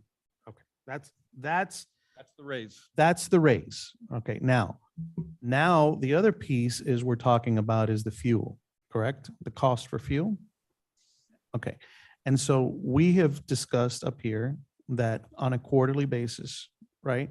We would review based on this number that we've discussed, which is somewhere between 3.72 and 4.25, right? We got to come up with that number. Once we figure out what that number is, we will do a quarterly review. And if it's above that number, we owe them money. If it's below that number, we don't owe them. It's an average, it's a quarterly average. Is that how we're going to figure this out? It's a quarterly average, yes, but according to everyone but me, so I must have misunderstood it. The percentage of the fuel increase would be proportionate to what the difference is between the base amount that's being agreed to, whether it's 372 or 425 or anything in between, and what the cost is up to that 5.4% total, right? I think, Art, you were asking when the bill comes in at the end of a quarter, they're going to show us to the penny how much they spent on fuel. Right. We're going to compare that to the number that we come up with. Right. On, as an, based on the number of gallons. They're going to give us a bill that says we bought 100 gallons of gas. It cost us this much every time we filled up because it went up, it went down. Exactly. There's how much we spent on gas and 100, and then we're going to say, okay, 100 gallons based on this magic number we come up with would have been this amount. Now, where's the difference? Well, I think we need to figure out how that's going to work from Paul's perspective, because Paul said he could make that, he could turn that into a dollar amount. He could use the proportion difference and he could turn that into a dollar. so are we currently getting, in any report that we receive, do we currently receive the amount of fuel that is being consumed by these? No, So we have no idea what they're consuming currently. no. Then that's a really good question, Art. Then how are they gonna how are we gonna know what they purchased for gas for us? And if it's a valid number and how different it was. So we don't know how much they're spending now. They can't change that much. Can I answer that? Come and do a route. Go ahead. Was that you, Willie? Yeah, what I wanted to say was, to decipher exactly whether it was 7 gallons or 9 gallons is going to be next to impossible. That's why we used a floor price of $3.72 per gallon. So if fuel's at $3.72 a gallon, that's was our floor. Okay, that's how the amount of gallons were used was going to be too complicated. And that would be a number that would be skewed. So we needed to have a number to come to a floor and say, okay, if fuel goes below 372, then we adjust the rate downward. Average for that 3-month period. That's correct. Downward. So then it's nothing even you have to report necessarily because that's all public knowledge. We know what the number is that we're Exactly. agreeing It's- to, and we look at it Exactly. and we know, Something simple. but we still need to know how many gallons you bought. It's not by the gallon because it's priced per gallon. Can I interject? Max, so Yes. you take whatever baseline you're at, and we know the percentage of difference between the baseline and the current fuel index. Yep. So it's 10%, it's 12%, whatever it is, the increase. We've budgeted to go up to an amount of 5.4% additional fuel cost. They don't, the most they're ever going to get is a 5.4%, and that's 5.4% of the entire expense line for the franchise. So the 500 and I have it right in front of me, 80 some odd $1,000. It's 5% of that. And that happens to also be within the franchise money. So that's why that was done. So if it only goes up 3%, then the whole goal of this is to be able to protect that other 2 point whatever percent from being given to them without it being earned because of the fuel. And should the fuel go back down, which doesn't sound like it's happening soon, but a year from now it might. Yeah. And we get in the opposite of belts and suspenders, we have all the flexibility that you could ask for in a negotiation. So then you're going to compare the whatever number we would come up with here to the average cost for that 3-month period. That gives you the percentage that you then apply to the franchise fee. That we Correct. There's a that we- fuel that we've index given we that use in have solid given waste. We've given a ceiling to. Yeah, and that's how I would that's how we have always done it. Their annual fees are we're tied to the fuel index, and we would approve it each year that way. This one, the new contract that creates this discussion and creates this negotiation. And the manager, you may remember, Mario will tell you, he had a choice to just do it, but he opted to bring it through this ordinance process.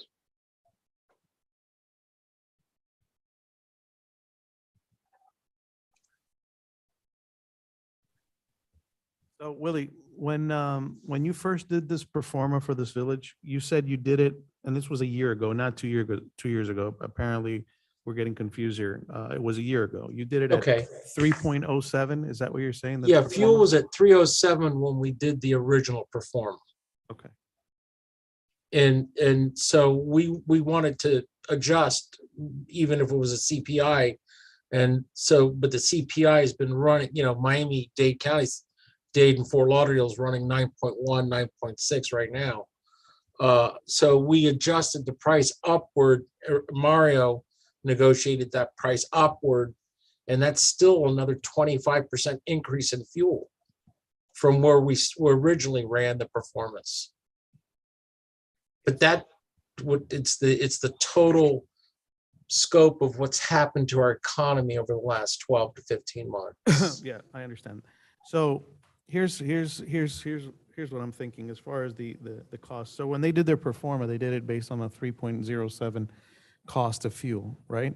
So obviously, since they did this pro forma, a lot of things have happened in the world, including a war that has affected the global economy and fuel prices and everything else. And obviously, they've taken a huge hit as far as a financial hit if they, base their pro forma on a 3.07 cost of fuel. So based on that, I don't think it's unreasonable to consider the 3.72 rate, in my humble opinion. Thank you, Commissioner. I agree with you, Commissioner Gonzalez. I think that nobody anticipated what has happened in the world. I have no problem with that. I'm very thankful I retired a little bit more than a year ago and didn't have to deal with this issue myself anymore. Vice Mayor Mario, what do you have to say?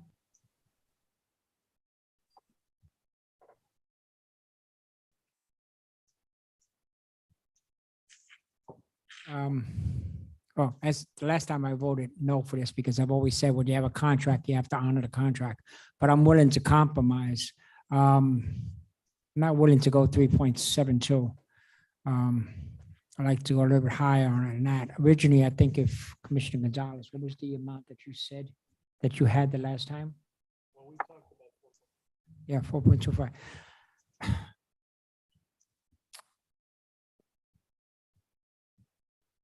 Since this is done quarterly, and my biggest concern, I want to be sure that the residents are not paying for this. So if any money that we're losing is going to be from the village's part, I don't want anything to be cost by the residents. In reference to the claw, and I found this out at the meeting with Mr. Hernandez, is that in his trucks, he has grass to replace anything that the claw, any damage that the claw has done. And he showed that there wasn't too much damage done by the claw. So he did have franchise. I'm willing to compromise on the price of maybe, said $4.25. I would go maybe $3.95, $4. I would go down to $4, but not $3.72. Dan, Yes. the number you just said, how much of a difference is that going to make to them dollar amount every month? Or to this village for that? Please, if you can answer that, I don't know. That's a good question. Okay, and that's the point I'm making. Yeah. Throwing numbers out, I don't understand what that accomplishes. I say $4.25, I say $4.05. You don't even know what it amounts to to a dollar. So Is there any way to the village or the vendor. Well, The other thing I want to point out is that they drive around with sod. They're replacing damaged property, the property that they damaged. That's also in their contract. I mean, they don't have to drive around with it in a truck, but it's faster for them to do it that way. So again, can we all stop putting these examples up like they're going the extra mile? If they damage someone's property, they're required to repair it. They're doing what's required of them. And to be clear, anytime we spend money, Dan, it's residents' money. We're not going to go around with a jar and ask people to throw change in the jar so we can pay for fuel for Great Waste this month, but it's all residents' money. So it is. And so when you say don't want residents to think it's their money, it absolutely is their No. money. 75% of our revenue comes from real estate taxes. So it is. And any of the money that comes in through any other sources also belongs to the residents. It doesn't belong to us. So Art, when you say you would go down to 372, I want to touch on that. Are you saying to use that? I can't see you. I'm sorry. Are you saying to use the 372 as the measure to do what we talked about with the Paul. Okay. Yes, Right. absolutely. So you're not saying just, okay. No. Okay. We'll definitely do what we Okay. talked about. So do what we thought we all came in here to do, which is quarterly adjust to the penny, based on 372, not 425. Paul, and you're telling us you can do that? But does it tell us the amount of between 372 and $4? I know what you were saying, Commissioner Kennedy. Okay, but We don't know how much gas they're buying, Dan. That's the problem. We can't, my point was, we can't determine That's that. one of the problems that I'm having. Arbitrary thing. So okay, the way the ordinance reads now has 425.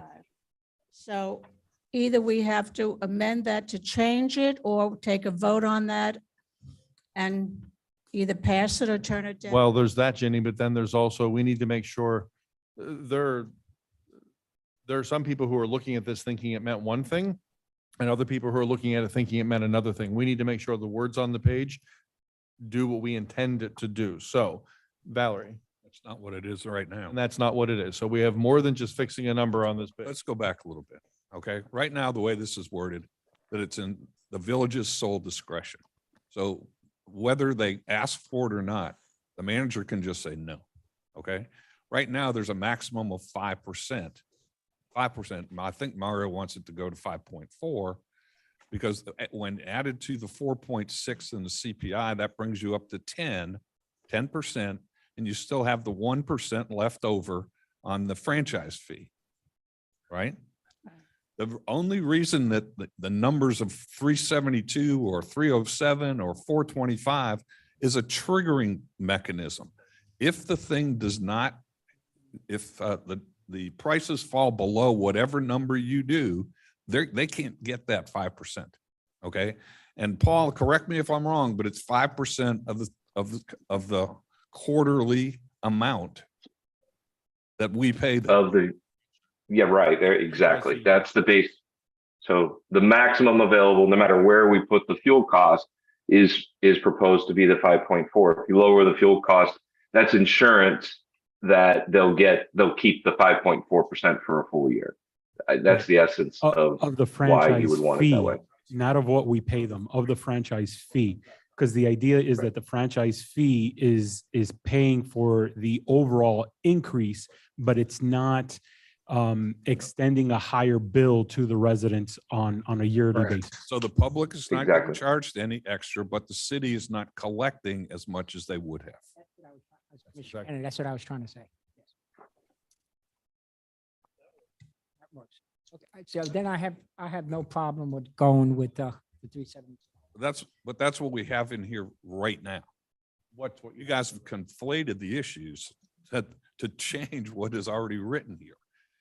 Again, it's in the sole discretion of the village. The maximum amount, if you want to make it, we had 5 because that's what you talked about the last time we were here, but we can make it 5.4 and they're not entitled to anything for that quarter. And I'm sorry, it's 5 or 5.4 of the franchise fee for that previous quarter. That's right. The trigger is the index. Whether the index here is 4.5 per gallon, according to the U.S. Energy Information Administration, East Coast, et cetera, et cetera, et cetera. Mhm. Okay.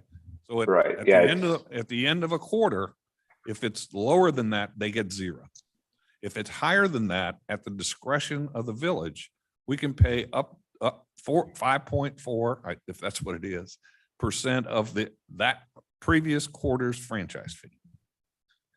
But the way we're saying that we would want that to happen is as a proportional amount based on the difference between the actual average cost of fuel for that quarter and that index.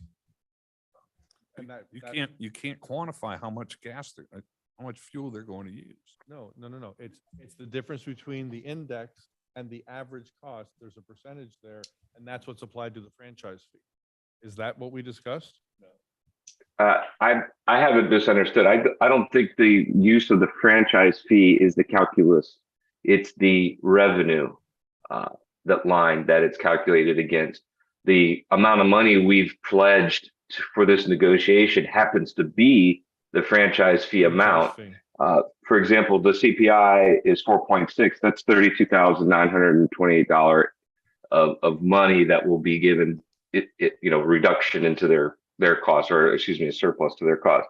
The fuel cost of 5.4 is $38,000. That's that $70,000 to $80,000 bucket that we've created. So I'm pretty sure that's the intent.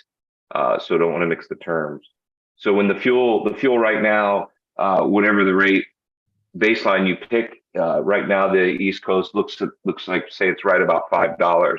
So $5 versus either the 4 or the 3. If it's 4, that's a 28% difference. So they're not going to get anywhere, that's not going to go away for 8 months, but it might go down below 425 a year from now, just slightly, just crystal ball thinking. So one thing that's happening is we compare the average price per gallon to this number that we would come up with. Let's say it's $4. And that's what we use to adjust to create a fuel surcharge not to exceed 5%, right? That's the one thing. The next thing that happens is that same proportion is used to recalculate the base franchise fee, the adjusted franchise fee, because then possibly money's coming back to us. And that has to be adjusted as well. Because there's a possibility that money's going to come back to the village. What we're trying to do is create a relationship here between these two things, because we recognize we pay a bill to this vendor, but we also receive money from them. So we're making sure that that's protected when it should be. Correct, Paul? That's how I'm understanding it. Yes. That this whole exercise is well designed from a management perspective to at least give us a floor and a ceiling, and also the benefit of anything happening to the positive. Slightly. I mean, the truth of the matter is we're only talking a few $1,000s between everything that's been said that will be discounted, but it's the principle of it. I think that's why this is a worthwhile exercise. Well, it's a principle. Yes, you're right. It's a principle of it, but it also could become an actual reality. And if that, look, we're only talking a couple $1,000 a month anyway, right? 36 grand a year, we kind of determined was, but that's a chunk of money for us, right? So, and us losing $82,000 in revenue is equal to 2.5 of the 0.1 millage changes, more or less, right, Paul? So it is significant to us, especially on a percentage basis. Okay, so what do we? Every penny matters. Every penny matters, and it's our money, and we're used to getting that revenue every year. We've never not gotten that revenue since the day we outsourced trash. So I think it sounds like there are two things we need to agree on. One is how the rate will change, and then other is how it's going to affect the franchise fee. Is that correct, Mario? Because there's two sections in here. It's the fuel surcharge and the franchise fee, and we've got to figure out how we're going to get them related to each other, because they want fuel, and they didn't ask for the franchise fee to be waived. We did that, right? No, we included that in the conversation. So they asked for a 20%. And I came down, and then in order to be able to afford it without increasing the sanitation fee on the residents, worked with Paul and identified that the franchise fee could offset the increase of a 10%, which is why it's a 4.6 and a 5.4.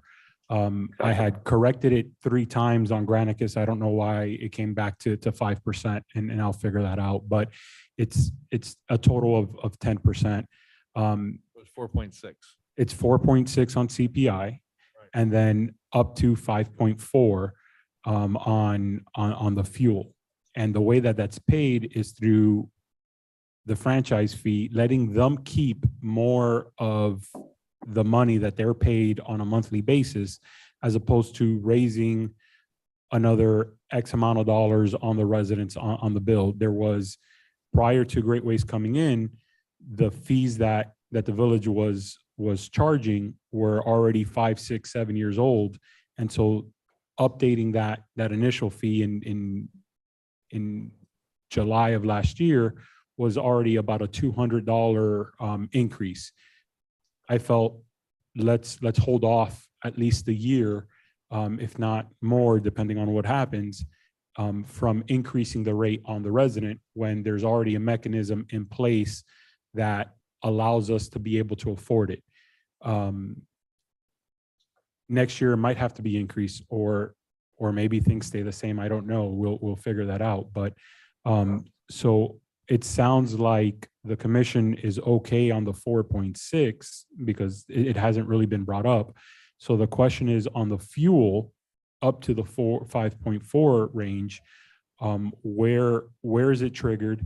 And then how is that related to what they have to essentially give back? At this point, they're going to be paying back 1% franchise fee every month, no matter what.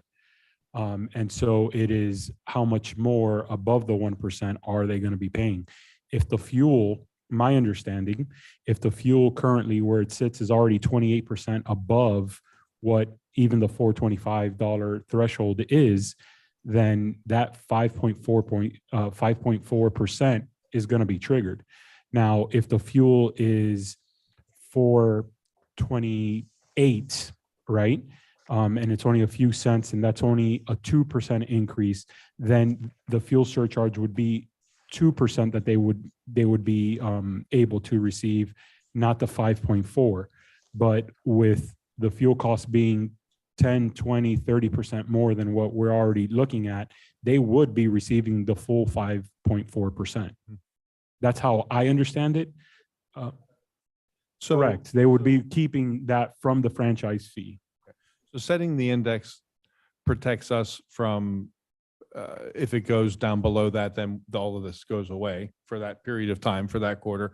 And doing it quarterly allows us to step in and reclaim money when it's due to us rather than writing out a whole year. That was the whole point of the quarterly, going quarterly, was just if there's an opportunity for this to stop, it would stop. Now, it could go back up too, I mean, because it's going to fluctuate.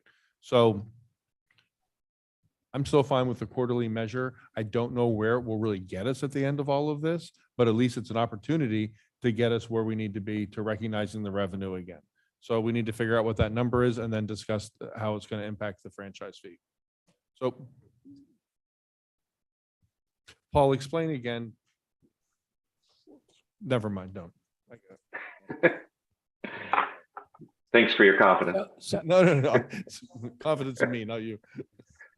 What's the difference between the 3.72 that they want money wise and if we did it at 4? Is that much big of a difference? When it's the triggering. Yeah, every penny makes it more likely that the trigger will survive the full amount. So the lower you go, the more likely. But 425 versus a 494 number, that's The 372 number. 70 cents, Are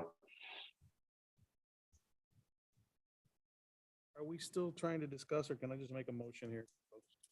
We have a motion on the floor, but the motion has the 420 For this item. in it. Can we amend that? Well, we have to vote on that, no? Oh, You can make an amendment. We can make an amendment. Who voted that? Who made that motion? That was, Judy made- I will amend my motion to bring it down to 372. 372, you said?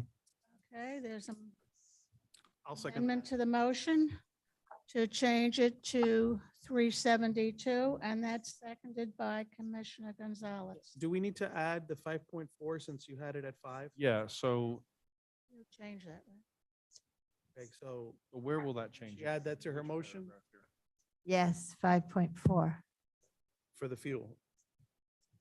right.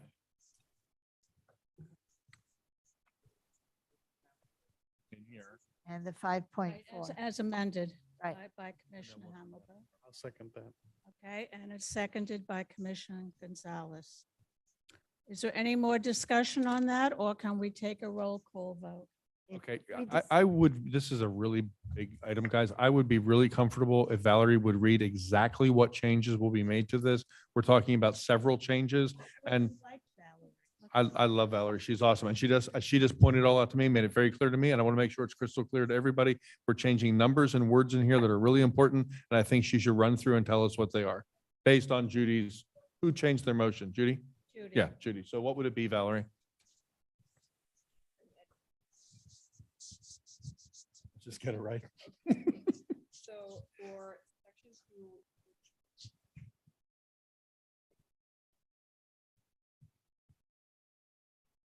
Okay.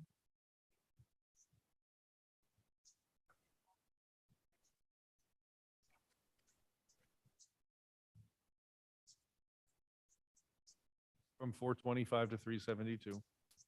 Okay.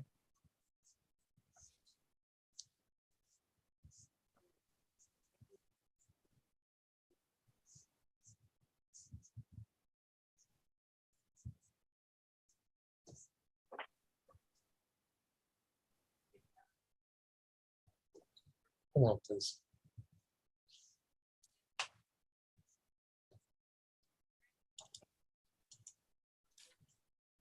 Valerie, are you speaking into the microphone? People are telling me they can hear you. You nailed it. You nailed it. Just nail it in the microphone. All right, so section 2, fuel surcharge will be changed to a maximum of 5.4%. The diesel fuel price within that section for the trigger is going to be $3.72 per gallon. There'll be additional language added to clarify that the percentage change will be based upon the delta on that amount. And then the franchise fee in paragraph 3 will clarify that the adjustment downward is going to be a percentage equal to the fuel surcharge referenced in paragraph. Thank you. Everyone's good with that? Okay. Okay, you want to take a roll call? Mayor O'Happen, Yes. Vice Mayor Samaria, This is Yes. only on the amendment. Wait, on the On amendment. the amendment. amend the amendment. Right. Yes. Okay. Yes. Now, as opposed, Ordinance as amended. We The gotta- ordinance as amended. Yes. Yes. So we're just voting on the, he's saying we're going to do 2 votes. This one's just on the amendment. Oh, okay, fine. So Vice Mayor Samaria, yes. Commissioner Gonzalez, Yes. Commissioner Hammelberg, Yes. Commissioner Kennedy. Yes. Okay, so that part of the ordinance passes with the amendment. Amendments passed. Yes, the amendment passed. Now we have to okay, so, The ordinance okay, as amended. Is that correct? okay, so Mayor O'Happen, Yes. Vice Mayor Samaria, Yes. Commissioner Gonzalez, Yes. Commissioner Hammelberg, Yes. Commissioner Kennedy. I'm sorry, I'm just pulling it up real quickly, so I want to check something. So all of those same changes, Valerie, will be made in here. And this is first reading, so we'll see it again with all the changes made. Okay, yeah, that should be fun. Okay, then I'll vote yes. Okay, so ordinance number 2022-10, amending Great Waste franchise agreement, passes first reading as amended. If anyone needs help understanding this, Commissioner Kennedy will be happy to explain it to anyone. Right. Paul, could you put your phone number up on the screen, please? Okay, good night, Willie. Ordinance 2022-11. Ed, An ordinance of the Village Commission of the Village of Biscayne Park, Florida, amending section 13.2, Planning Board of Chapter 13, Planning Board and This is gonna, Local Planning Agency. this is gonna take an hour. The village's Land Development Code to rename the Planning Board to the Planning and Design Review Board and to include design review responsibilities, providing for inclusion in the code and scrivener's errors, providing for conflicts, providing for severability, and providing for an effective date. thank you. Is there any public comments? I Seeing none, I'd like to make a make a motion. like to make a motion to approve ordinance.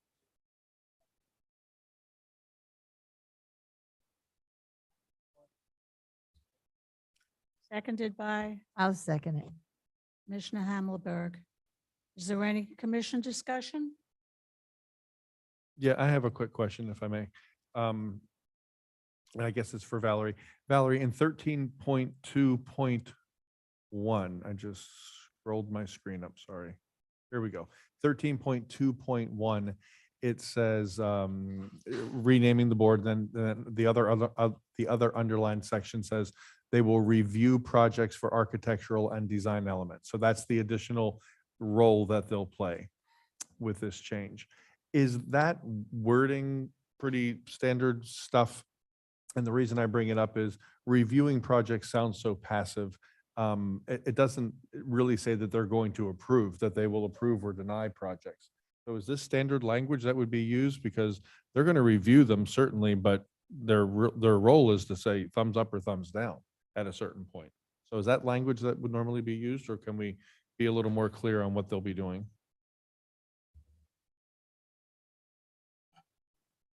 This is language that's been used by other municipalities, so that's why it was taken from them. Yeah, So you're cool with it? I'm comfortable with it. Okay. You're not cool with it? Okay, any other discussion? Roll call? Mayor O'Happen, Yes. Vice Mayor Samaria, Yes. Commissioner Gonzalez, Commissioner Hammelberg, Commissioner Kennedy. Yes. Mayor Ordinance 2022-11, amending section 13.2, renaming the village's planning board, passes first reading. Thank you. Resolution 2022-42. Ed?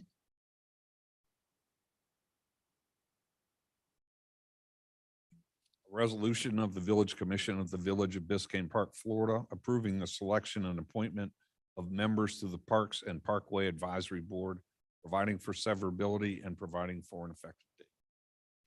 Okay, can I have a motion?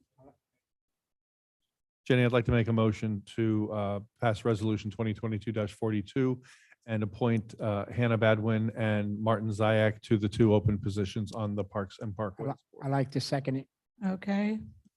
Motion made by Commissioner Kennedy, seconded by Vice Mayor Samaria.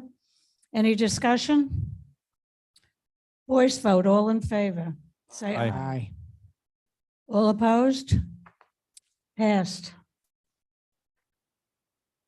We're up to discussion old business. Commission amending Village Land Development Code to address single-family residential building form. Madam Mayor, we have Alex David from Calvin Giordano, who's started this project with us tonight via Zoom. He does have a PowerPoint to kind of walk through his memo. I don't know, David, do you want to share your screen, or do you want me to share it? I'm sorry, let me. Appreciate it. I'm sorry, go ahead. If you could do that, I'd appreciate it. But do you want the control of sharing the screen, or you want me to do it? If you could do it, that's fine. Okay, no problem. One moment, Mayor.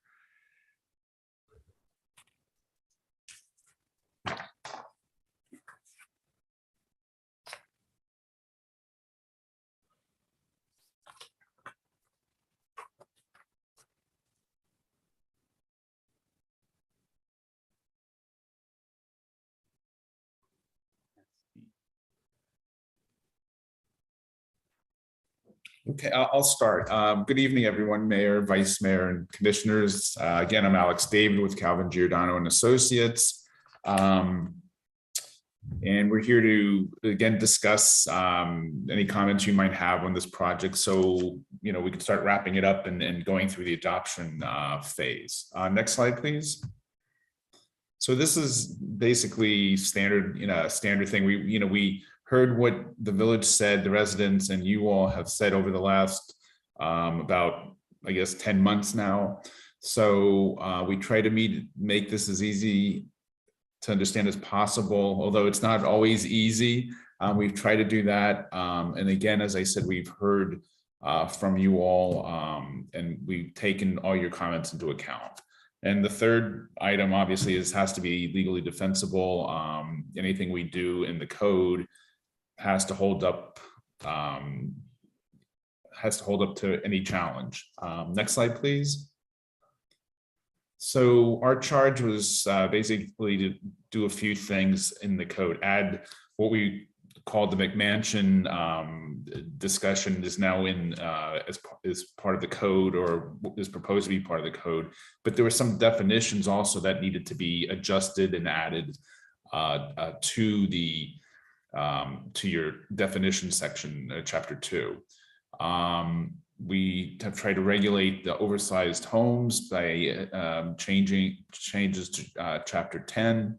And lastly, We've moved your sector table and your development standards and your map, your sector map to where I think of where it should be.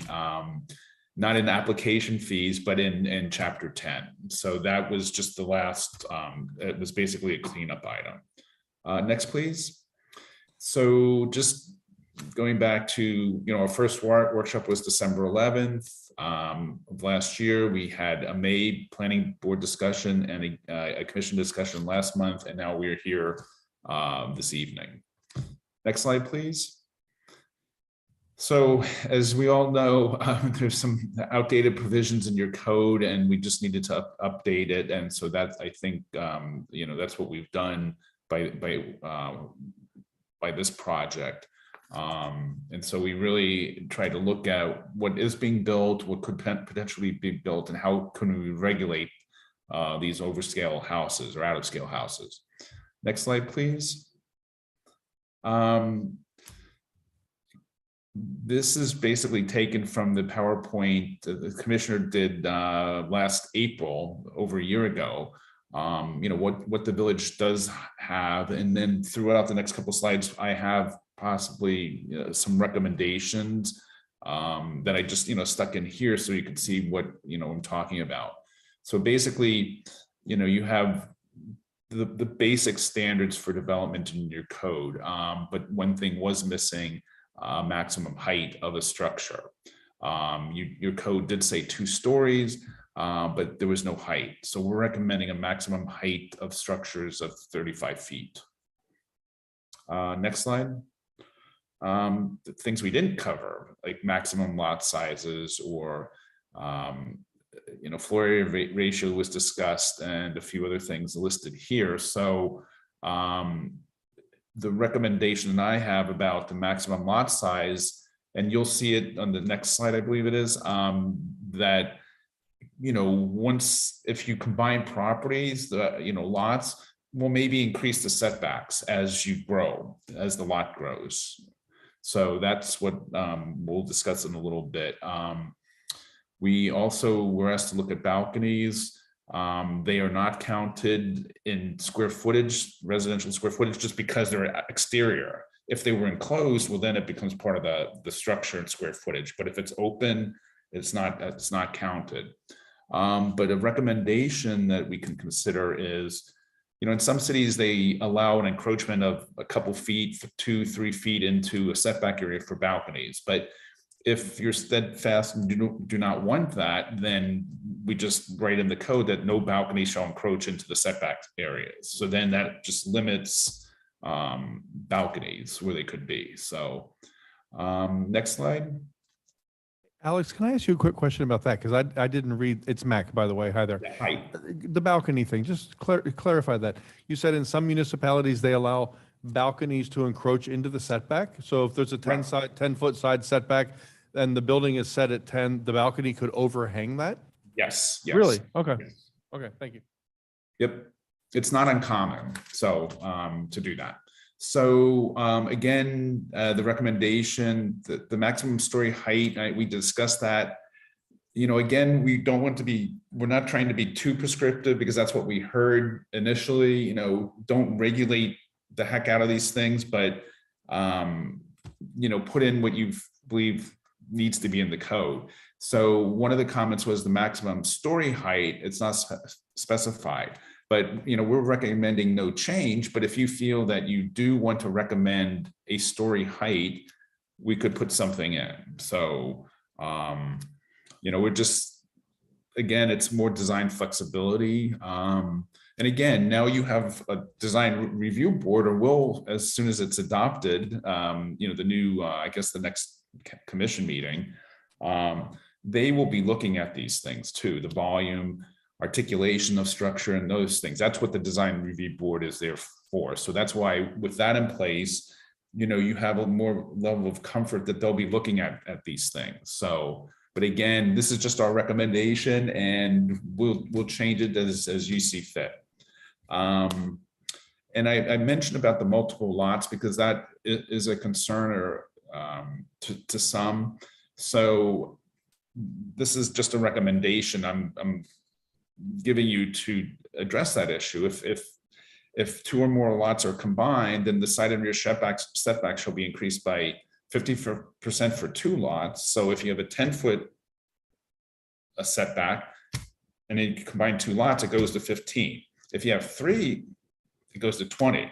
So that's just a way to make sure that, if they have a larger house, there's more setback and so that again is our recommendation on that issue. Next slide, please.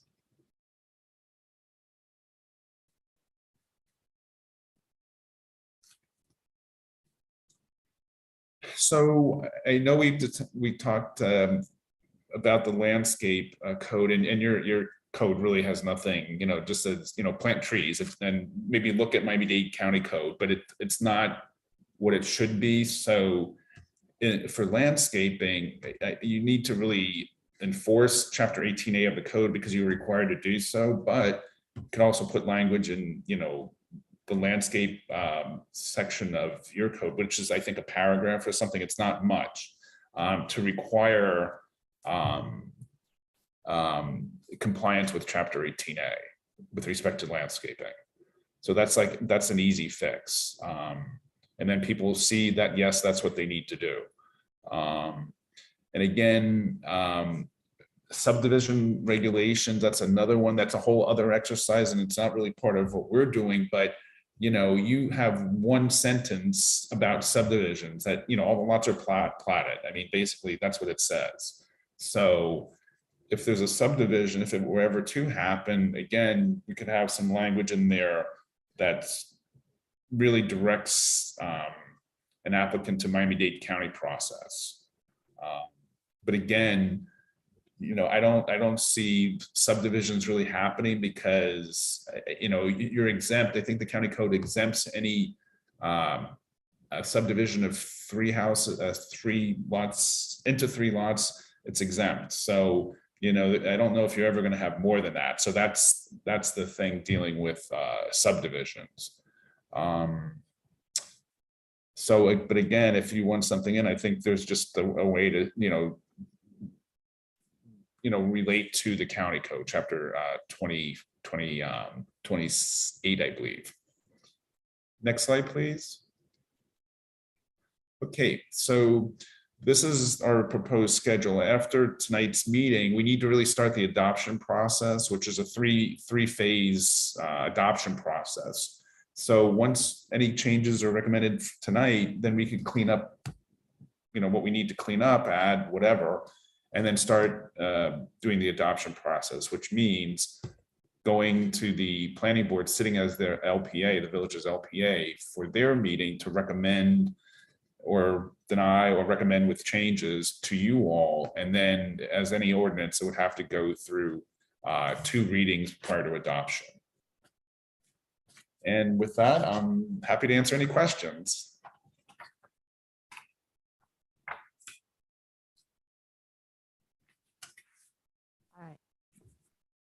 Any questions? Yeah, I kind of have concerns over the 35-foot height. That's a towering structure in my neighborhood, 35 feet tall. I mean, that's just for informational purposes. That's the county. And a lot of cities are 35 feet, 2 stories, 35 feet. Some cities are, even for single family, 3 stories, 40 feet. So it really, we counted the other day, and I'm kind of joking around. I've worked in 41 cities, and there are 41 codes. So, there's no right answer, but this is kind of standard. I would say the 35 feet. 40 is not really that standard. 25 feet is unusual because that's a little low, but again, there's no right or wrong. I was just kind of looking at other communities and the county. I'm just thinking of my little house. Somebody beside me at 35 feet tall is going to be towering right over me. My other concern is I don't think balconies should be allowed to encroach on the setbacks. we sometimes have people who do second story additions, and if the balconies can encroach into the setbacks, and they're literally, the balconies are going to be on the next door neighbor's just overhanging the next door neighbor's property. Okay, so if everyone agrees, then I could put that recommendation in as no encroachment of balconies into a setback.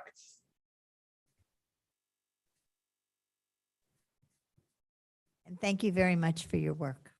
Thank you. Any other questions? You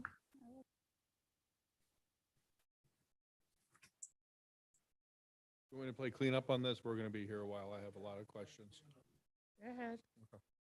Want to let them go first? All right. Well, Alex, first of all, hello, and thank you for putting meat on the bone on this thing. So now I feel like we're really going to get to work on this. I got your message from last meeting. So.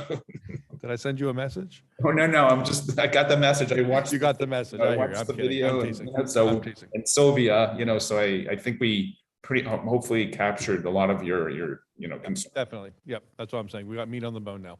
So guys, just, everyone needs to be patient on this because this is a big item we're tackling. And I know it's been a while since we had our initial discussion and now it's coming back to us. So everyone be patient because we have a lot of stuff we need to cover. This is a very detailed addition to our code, and it's major. We're not just tweaking some things, we're making some major changes. So everyone needs to be really patient, and let's avoid can we rush this through? Can we get out of here? No, we need to get this right. This is big. So everyone kind of settle in and know that it won't be our only discussion. We'll have a discussion tonight, and then through the adoption process that Alex explained to us, we'll be having more discussions about this. So Alex, I'm going to go in the order. I'm going to first talk about the chart that you worked from, and then I have some questions about the actual chapter 10 itself, and I'll go right in the order that you have them here. And some of these are comments, some are questions. So first of all, we have as a separate item running through this village right now, addressing the shingle roof and how that gets allowed based on an engineer's letter. That is in this section, but we're handling that completely separately.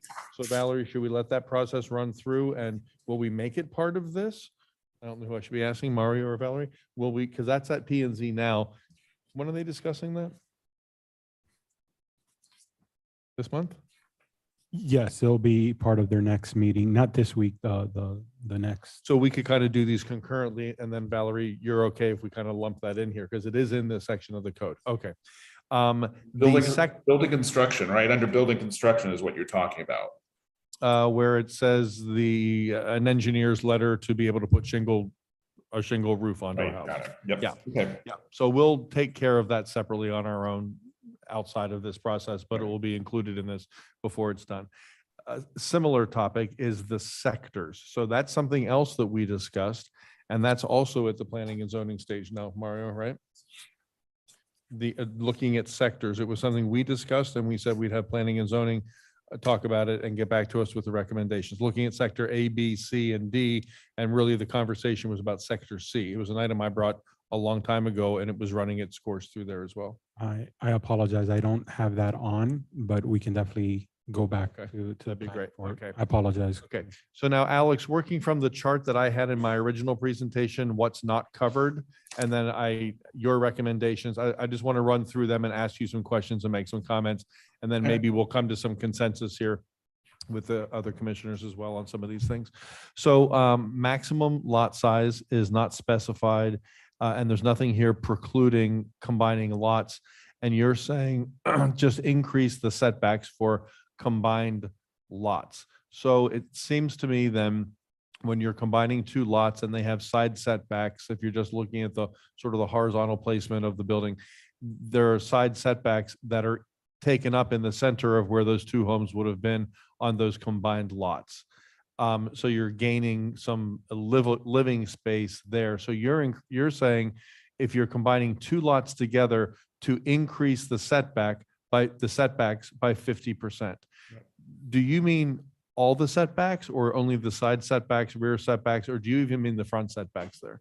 I mean, I think your setbacks are pretty, the front setbacks are pretty good now. They're generous now, yeah. Yeah, so I mean, that's why I didn't really, I think it's more of the side and the rears that are, would be the issue.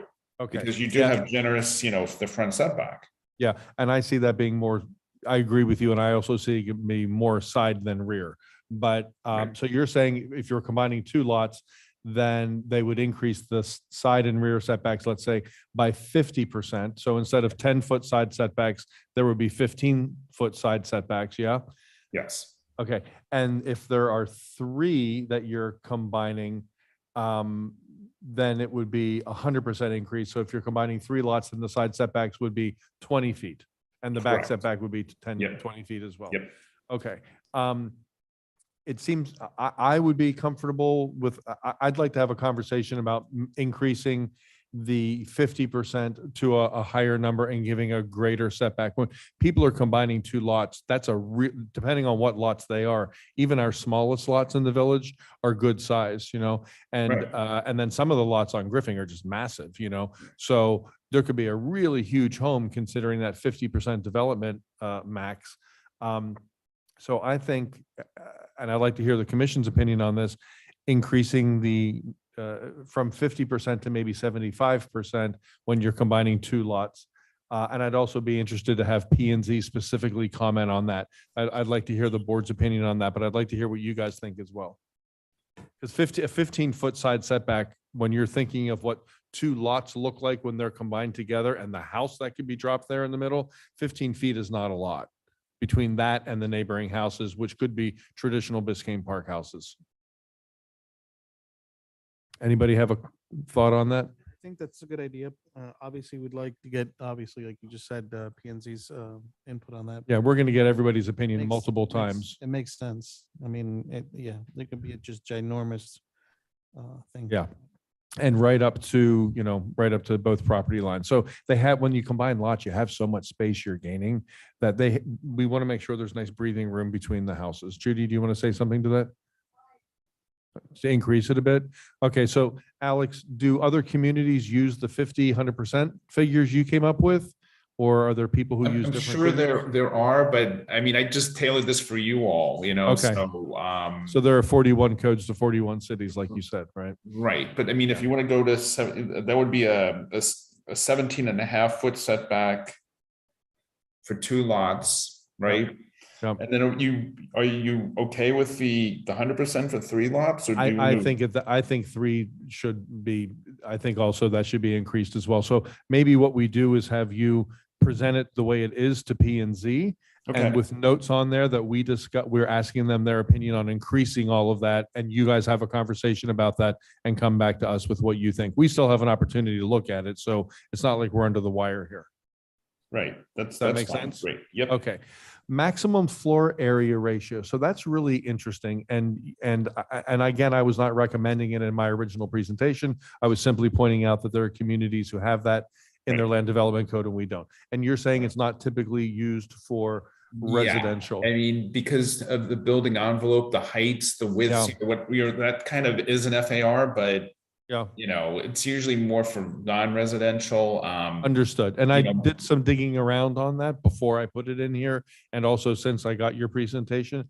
And in South Miami, they do have it for residential there. So again, we don't need to get into the weeds on it because I'm not an expert on it. I just know that they have it in their residential section of their land development code. So I would ask that maybe you would look at that and see, I'm curious why they deem it so important to put it in their residential land development code. And then maybe it's a conversation you guys could have. South Miami is a client of mine, so Okay. I'm familiar, but if you look at, it's a little off topic, but yeah, they have the FAR, but look at their,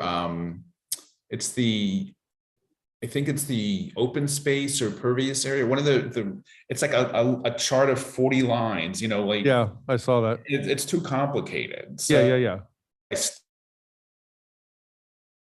So guys, what this does is it's a ratio of the living space versus the size of the lot. And they basically, isn't that it, Alex? And they sort of cap it, Yeah. so the living space of the property as a ratio to the entire lot cannot exceed a certain percentage, Yes. the living area.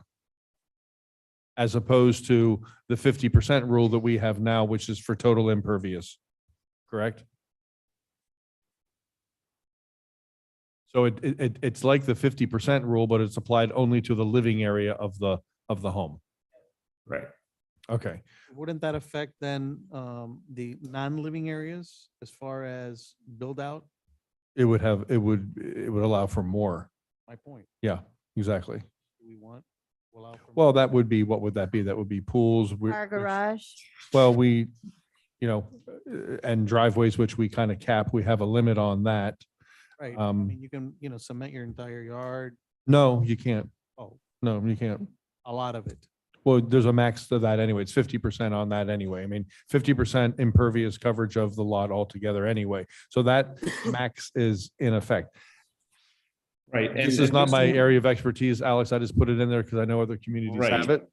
And So, then also, I just noticed today, I mean, I have a comment about impervious, but I'm going to put in an impervious definition. I refer to it, what impervious is under lot coverage, but I'm going to add a definition just for impervious. well, So that's, it's very- okay, good, because that's coming up in one of my notes coming up here as Okay, well. So, taken care so of. if you guys would if you would have that conversation with P and Z, I'd be interested to hear the conversation that you have with them about that topic. Right. Let's just leave it at, okay. So setbacks. You're saying, what you're recommending is upper story, the second story setback increases, basically. I know there's a little bit more to it than that, Right. but that the second story has a greater setback than the first story, correct? Right. So I just want to make sure we're clear.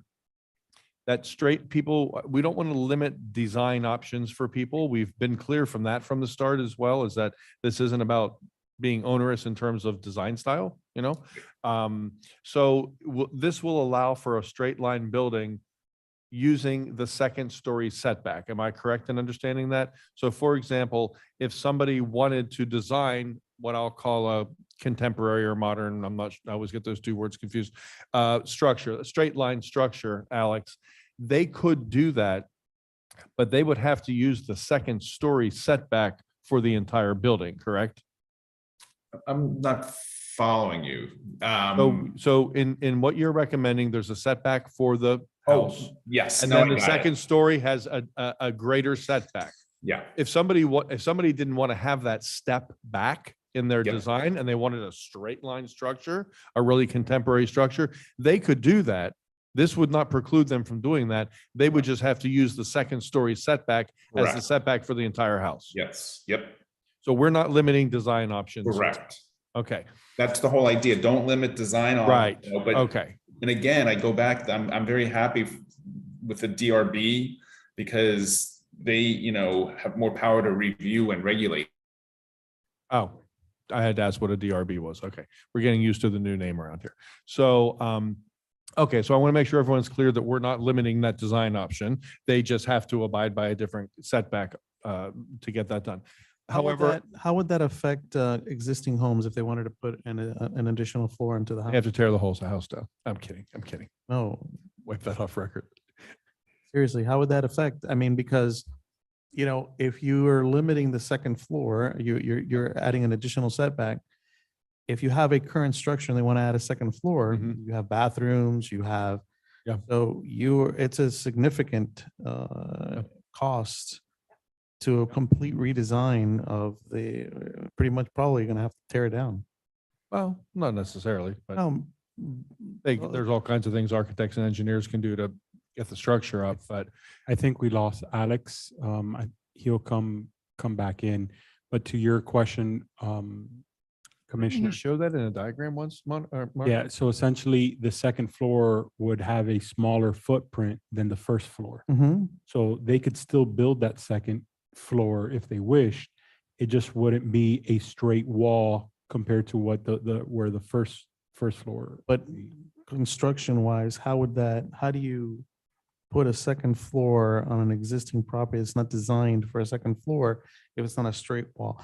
As an architect, I mean, I'm not an architect, but I would love to have an architect's input on that because I don't understand. There would be P&Z has definitely architects, so they'll. hard modifications because the structure would have to be able to support the second floor, Because right? we have a So- lot of people that put second floors on the existing properties here. And so that needs to be considered. Okay, Yeah, there are definitely ways they could do it. They had. Alex is back with us and he might be a little bit more technical on being able. So the question, Alex, is if there's an existing single-story home and the resident wishes to add a second story, with this code, there would be a setback for that second story that is smaller than where the original first story is.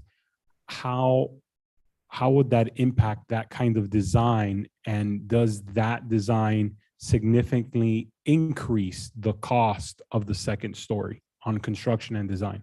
I mean, that's a structural question in my mind, but if you're gutting and renovating a house and adding a second floor, you have to abide by, you're not grandfathered in, you'd have to abide by the new regulations. No, I understand that. I just wanted to know how is this going to impact? Because there's a lot of folks in our city that buy homes that are pre-existing and they'll add a second floor. So I would like to understand what kind of a financial impact. Is it going to be something that is just, not really significant, or is it going to be something that is significant? Right. That I mean, I can't answer that. I still think it's a structural question. So I don't have costs. No problem. I'll get the answer. Thank you. Okay, so Alex, moving along on that same line there about setbacks. So in other words, now we've determined that we won't be limiting design options. However, the street facing of the building can still be a vertical 35-foot sheer wall by these standards, correct? Well, I mean, I don't know if I'd say sheer wall, but yeah, I mean, in theory, it could go up that high unless you decide you don't want 35 feet. We could do, something lower. Well, whatever, right now it's 35 feet is what you recommended, but yeah. So whatever it is, that front wall can be the maximum height of the building, and it can be one straight vertical surface. So what we've avoided on the sides and the back by your setbacks and percentages and all of that stuff, and I understand all the diagrams. On the front, however, there is the opportunity for a sheer, gigantic, straight vertical wall. Is that something that's ever addressed? There's limitations on that? There's, again, the DRB would look at that, but we talk about articulation, so it has to have some movement. It can't, we're saying in here, there's some articulation, which means there's movement in the wall. It can't be a flat plane. Okay, so then that's handled in that section is what you're saying. Okay, let's see what P and Z says about that. Right. And it's a general Balconies, across the board. It's not front or side or rear. It's general, all sides. okay. I'll second what Judy said on the balconies, not encroaching into the setback. And you also said limiting their location. So exactly how would they be limited? I think I understood that it's not on the interior sides. Is there any kind of additional setback from the back property line? I'm trying to imagine ways that people could lose their privacy. For example, there's someone in the village right now who has new construction going on next door. It's been going on for years. And he is faced with this enormous balcony that's overlooking his backyard and his pool. So he's just lost all of his privacy. Right. I think that the balcony that's on his house would meet these standards. So is there any other consideration to the location of balconies other than not encroaching into the setbacks to try to keep things a little more inward facing and not to impact the neighbors? I mean, the only other way is to prohibit them, and I don't think you want to do that. I mean, I can't see any other way, except, if you want a balcony, then like we're saying, and it's prohibited in the setback, they'd have to move the house, have it set back further if they want a balcony. So if they want to, is that something communities do? Do they increase setbacks when there's a balcony on the side of the building? Say, well, yes, you can do it, but now you've got to give more room between the balcony and the. Well, this is, I think, kind of unique for, again, we heard what you were saying. So this is kind of unique and tailored for the village. In other cities, they allow balconies to be set back, to go into the setback area so much, a certain amount, 3 feet, 2 feet, so there's an allowance for that. But again, you know, the only way to prohibit someone looking over is to not, you know, is to not allow balconies. I mean, but I'm just not comfortable with that. I mean, you need, you know, if someone wants a balcony, it's just, how do you protect the next door neighbor? Mhm. Okay, let's see what happens after you discuss that with P Right. and Z. Okay, here is a big one for me, maybe the biggest one on the list, the maximum story height. And you're saying no change to allow for design flexibility, but you're suggesting a maximum building height of 35 Right. feet. And that's a number maybe we'll look at. Right. I think I'll agree with Judy on that too. I think 35 feet is very tall for this village, especially when it's measured from the flood base elevation. So here's my question I know flood base elevation is a line that you determine. Are people now required to build the ground up to that elevation and start building from there? They could, you know, raise the level of, you know, the grade of the property, the ground area, or freeboard, I guess, you know, the structure is lifted, but there's a space underneath. I mean, there are other, you know. There are other ways to other accomplish techniques, getting the right. building, right? So. Because what that means is when we have a situation like that here in the village on 117th Street, the giant Airbnb, where the building it starts way up at flood base elevation, and then the building, now, of course, we have no maximum height now, so Right. it's a different example. But then there's this gigantic building there. So 35 feet, we're saying, geez, that might be tall, but let's all be clear that the measure of that 35 feet is not where the house sits now that could be torn down. It's at flood base elevation, which could be how much higher off the ground, Alex? Right. That I don't know what, I mean, it could be whatever they're doing now, you know, I mean, the maps are changing, so I don't know what they're going to be in the But village. I think it's like 6-8 feet, isn't it? Something Well, I like mean, it that? could potentially be, yeah. I mean, that's, Yeah. and I don't, you know, and it just depends, again, on the municipality where it's located, if it's on the ocean. I mean, you know, one city, I think it's 14 feet now. Wow. Okay, so just to make So- sure I'm understanding this, let me say this and tell me if I, go ahead. And I'm Mark. sorry, just to interrupt, one thing that I would just recommend and loosely is not to be so restrictive, because one of the things to prevent flooding and to help houses from being flooded out in our community beyond just infrastructure is them elevating. Right. So if someone's thing. building, it is a good thing. Good thing. And so if someone's building a new home and they're going off of the new flood elevation, Right. A, it's going to help on their insurance. Mhm. But B, it's now going to start setting the standard within the village, Yeah, which no. means then we can start working on the road. When we do the roads, they're not as flush or below the road base. And so that is a good point What's that it- you're pointing out. yeah. Yeah. So here's my point, Alex. Let me describe a scenario and you tell me, for everyone to hear, and you tell me if I got this right. A house sits at a certain point now, and now we're going to start with a flood base elevation that could be 4, 6, 8 feet higher. Okay, so it starts up here now, and from there it's 35 feet. So we could be looking at someone tearing down a house, someone tearing down a house, rebuilding a house that's lifted up off the ground, let's say it's 6 feet. Right, so they're starting at 6 feet off the ground and there's dead space underneath there, right? Crawl space or whatever it is. And then from that point, it's 35 feet. So now we're looking at a 41-foot house. So the building itself is 35 feet from flood base elevation, but the structure is 41 feet off the street because of the starting point. Am I Correct. correct in understanding that? Yes, you are. See, that to me is really worrisome, Judy, when we get back to your initial comment about 35 feet's a lot, because it's not just 35 feet's a lot, it's the starting point is higher. Right. So I'll look at, again, I mean, again, like I said, some cities have 40 feet, 35, 25. So whatever you all feel is good for the village, then that's what we're going to use. I'm not wedded to the 35. I understand. No, I understand. You're coming to us with the starting point. Right. So it'll be interesting to hear what you come back from P and Z with on that one as Okay. well. But it's 35 feet is a big number and the starting point makes it even bigger. And that's my concern. Here's Right, part and two. you're correct. I mean, in Coral Gables, like Gables by the Sea or Cocoa Plum, the closer you are to the water, they take that into account. So Yeah. some of their houses are, I think they're 45 feet or something. Yeah. The allowance. So, again, I hear what you're saying and you're exactly correct.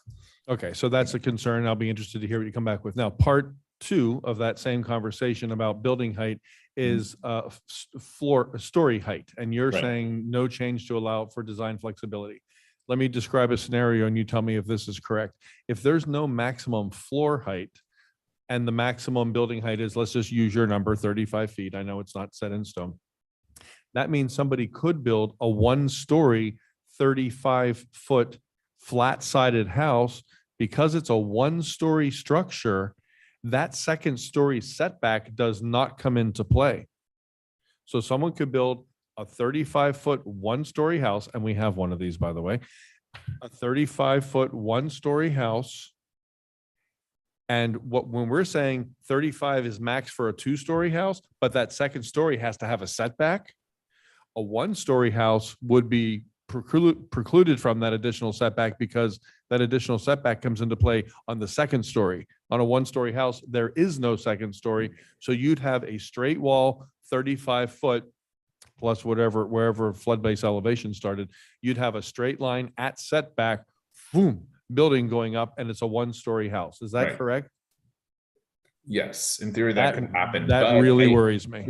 Well, then we'll put it in. I mean, I'm gonna tell you about Fort Lauderdale, the city.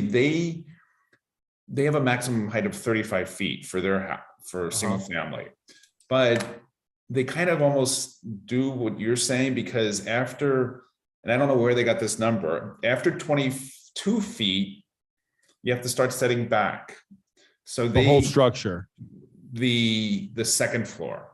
So So if it's 1-story. So what you're saying is kind of what they're, it's not the same wording, but they're saying, well, it's, in my mind, they're saying, almost saying that the height can only be 22 feet. Oh, I see. So you're then they saying step back. they have a Right. second-story setback, but they also have a setback purely based on height.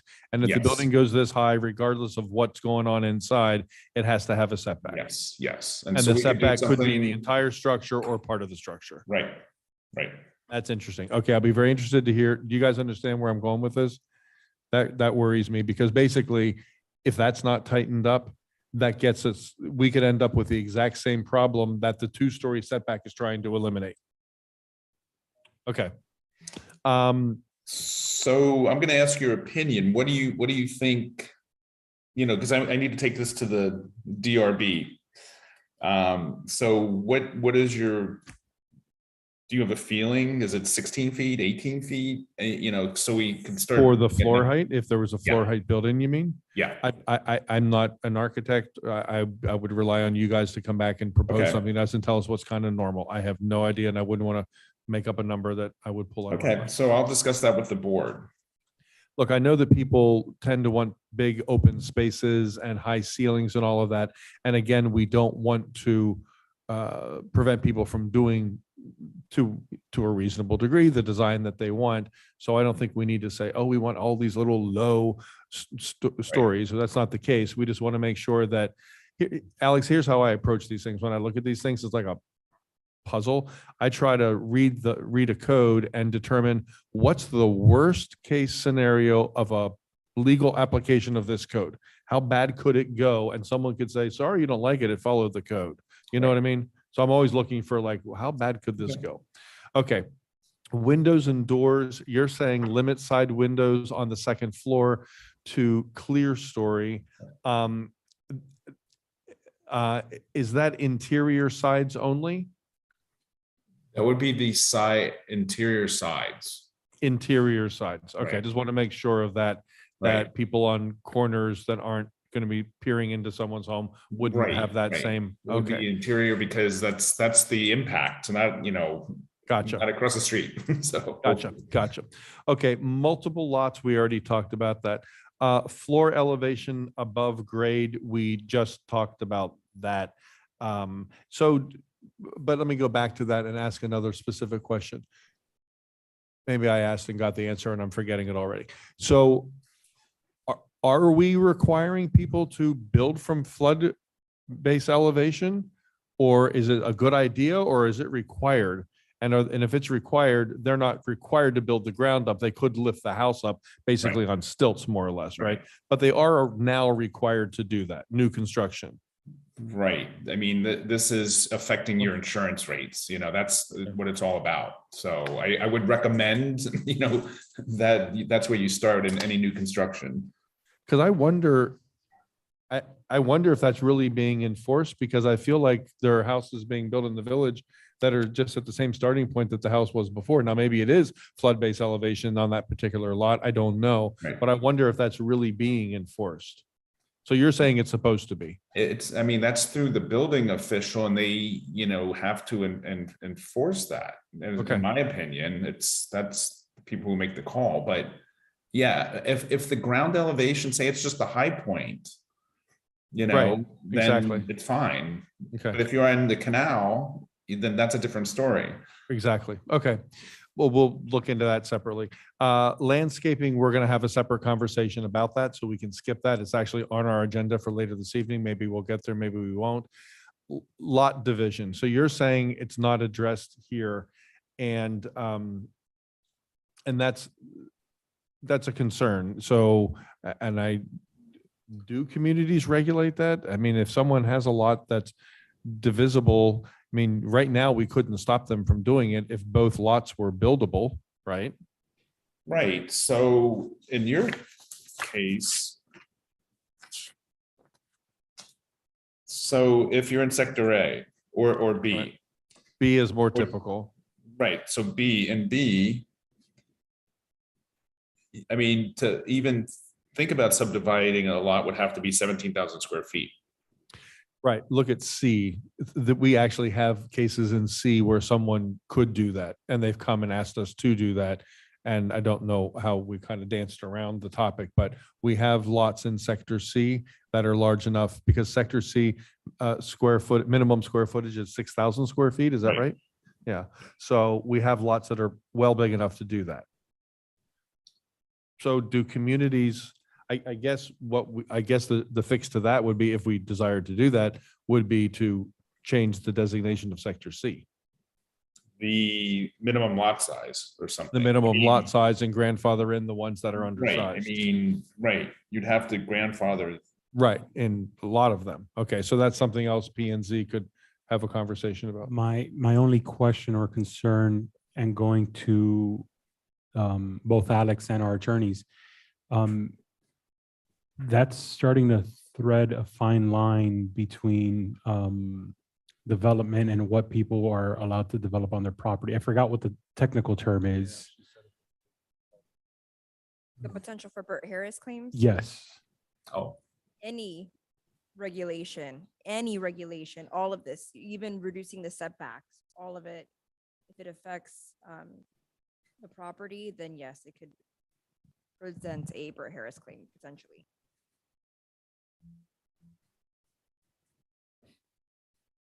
Okay, well, that'll be an interesting conversation to have, for you to have with P and Z, and it is something that we discussed separately that Mario is going to put on their agenda. And then the multi-family dwellings, you said, is not addressed here, and that would be 10.2.5. If we wanted to address that, it would be changing sector C to match sector B or absorb it into B or something like that. So that's a conversation they're going to have. Okay. Right. Okay, now let me run down a list of other questions related to specific things in here. So it seemed, I had made a note, Alex, the first time you came and showed us things. Remember, you came and showed us models and you said, okay, here's kind of like the way we could go about this. I made a note that you were recommending a minimum building size. A minimum dwelling size, yes. Yeah, and it was a big like red flag to me, because it's like, why would you make someone build a house larger than they want it to be? Why would you set a minimum building size? So my first question is that in here somewhere? And I didn't find it. I looked for it and I couldn't find it. In the table A, we have minimum dwelling size. Okay, so what is the rationale for having a minimum building size, for having someone for the small house trend. Someone buys a big house here and they want to tear down the house and put a little cottage on there and have a huge landscaped area and live in a botanical garden in a little cottage. Why would we not want them to do that? And I mean, we could remove it if you desire. I mean, but a lot of cities, this is not unusual. They want to regulate house sizes, and you're right. There's the trend, and I thought about that too.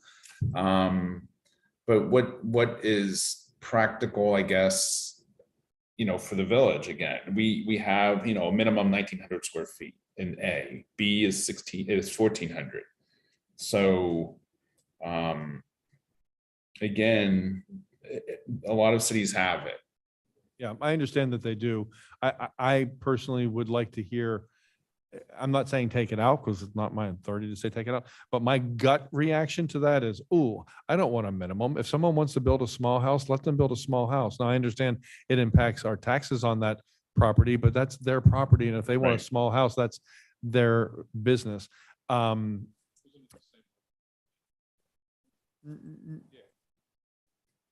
Is it the same argument as maximum size? Well, except that the other part of the conversation is, the other reason for maximum lot, it's part of a lot coverage thing, is because we're trying not to cover the earth with concrete. So smaller houses, smaller footprint is better for the world too, right, Alex? Isn't that kind of a thing too? Yeah, you're getting more open space and drainage and everything else. Exactly. So there's that. So I'll be interested to hear, keep it in there and talk to them about it. Okay. It just seems to me like, forcing someone to build more than they want. Okay. Some specific items now. 10.3.1, let me scroll there. I appreciate you being patient while I go through all of this, but this is our first big swing at this, right? 10.3.1. 10.3.1. So this is, and I don't think this is a change you made, but this is something that's always kind of bothered me in the code a little bit. This is that, what's the word they use, Mario? The harmonious card that they can pull out. Right. That the exterior color, the character, the appearance, the architectural style, blah, blah, blah, all has to be it has to harmonize and blend in with other buildings in the area. And this is the part that always it's such a question mark for me. It's the in the area part. Biscayne Park is only 3/4 of a square mile. Everything is in the area. So when they say, well, it's in the area of that other modern house, well, okay, but that modern house was the first one built there at some point, right? So now there's one there, so it harmonizes with it on this street, but the next street over, it doesn't. I'd like to see that defined better, and I just think the Biscayne Park is one thing that I would, because it just seems odd that they say you can't do that because no one else on this block has it. But the next block over, somebody has it. Right. And 3 blocks away, there are 3 houses who have it because they all harmonize together on that street. We're not North Miami or, Coral Gables. We're 3/4 of a square mile. You can walk it in 5 minutes.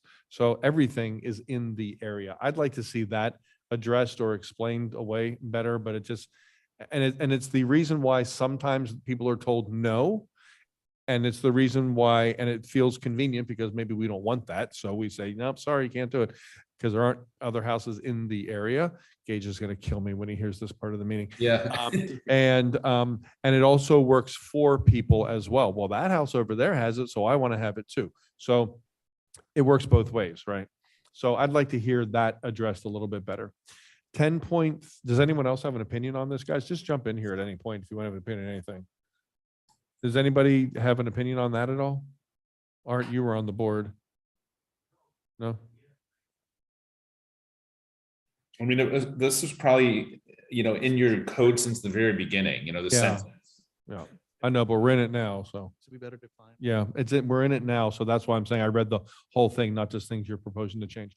10.3.2 C is in Charlie. It says no air conditioning or other duct, and again, this is not a change you made. No air conditioning or other duct work shall be visible on any roof. You did make a change. Yeah. From the first level. Okay, so we have buildings, it used to say from ground level, right? And now it says the first level. I'm not even sure what the difference is, to be honest with you. But we have buildings in the village where from the street, you can see it. So is that it's not being approved properly, or it's not being enforced and inspected properly? Because I don't want to see that stuff from anywhere. Ground level, I don't want to see it from the neighbor's bedroom. Someone's in their bedroom next door. I don't want them to see an air conditioning and ductwork either. Aren't there other rules that cities apply in their code about screening things that you have to actually hide all of that stuff? Yep. Yeah, we only changed it, and this was the ground to the first level issue. That was at the planning board, so that's why that was changed. Everything was changed to first. I'm But interested to hear what they have to say about that. there So there are, other cities do have screening requirements.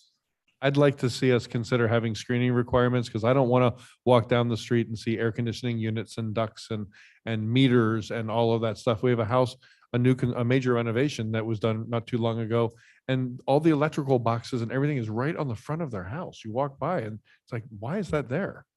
Because that would apply to all of this, right? So that's probably another good point, because this says no air conditioning or other ductwork shall be visible. But I think they use that to apply to other kinds of things as well. Other, do you call them mechanicals? Right, HVAC or whatever, mechanical, Yeah. right? So, this could be no air conditioning shall be visible. Right, we're saying that we're prohibiting it from being visible, so the screening, I don't know.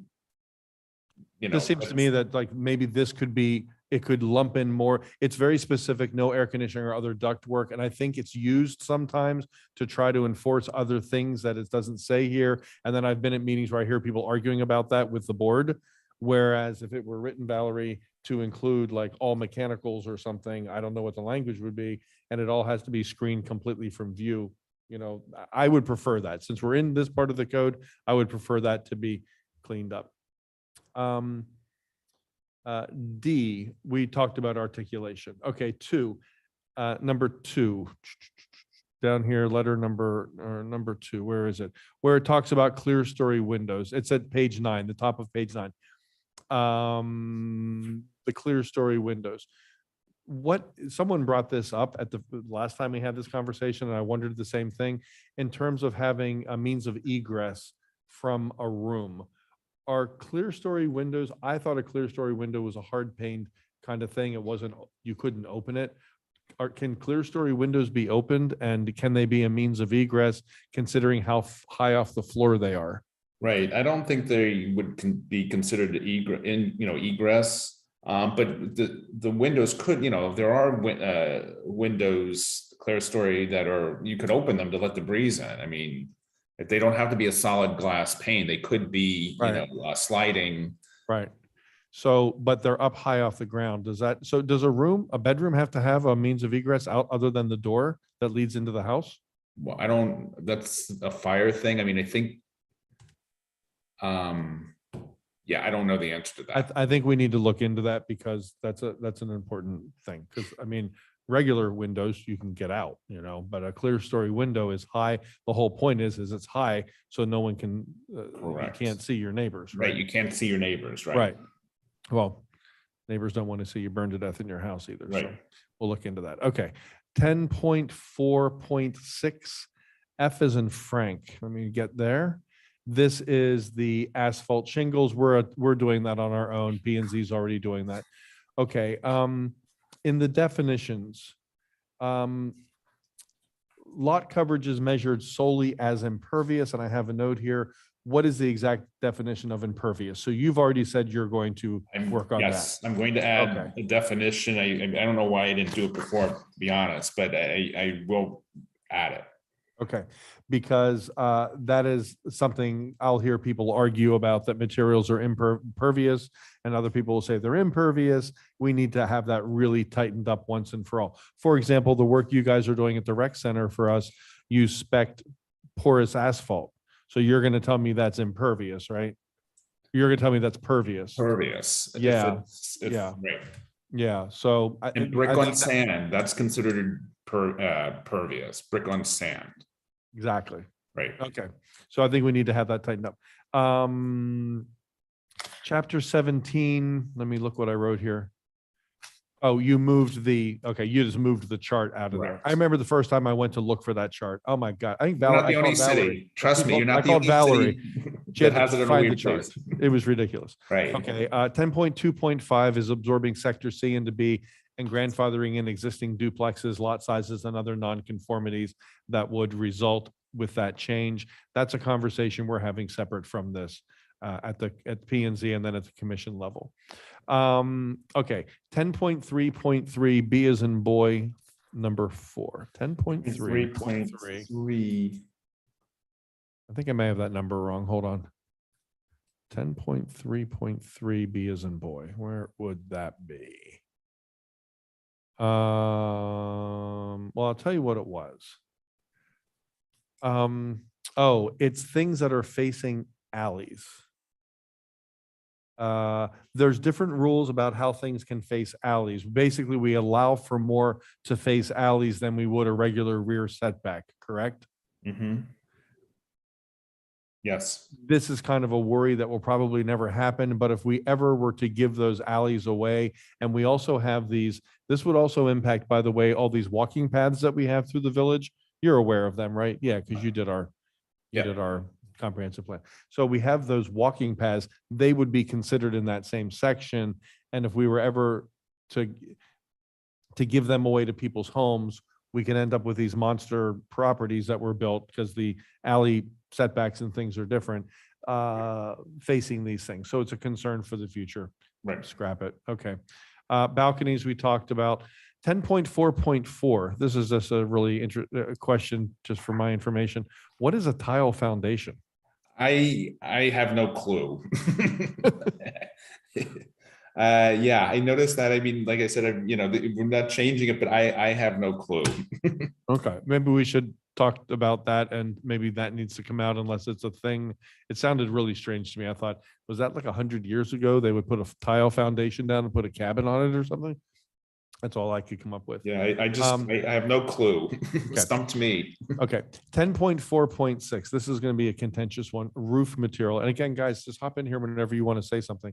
10.4.6. E is an Edward number 1. This is the whole metal roof section that was added to our code before I moved here. I think it was like 9 years ago.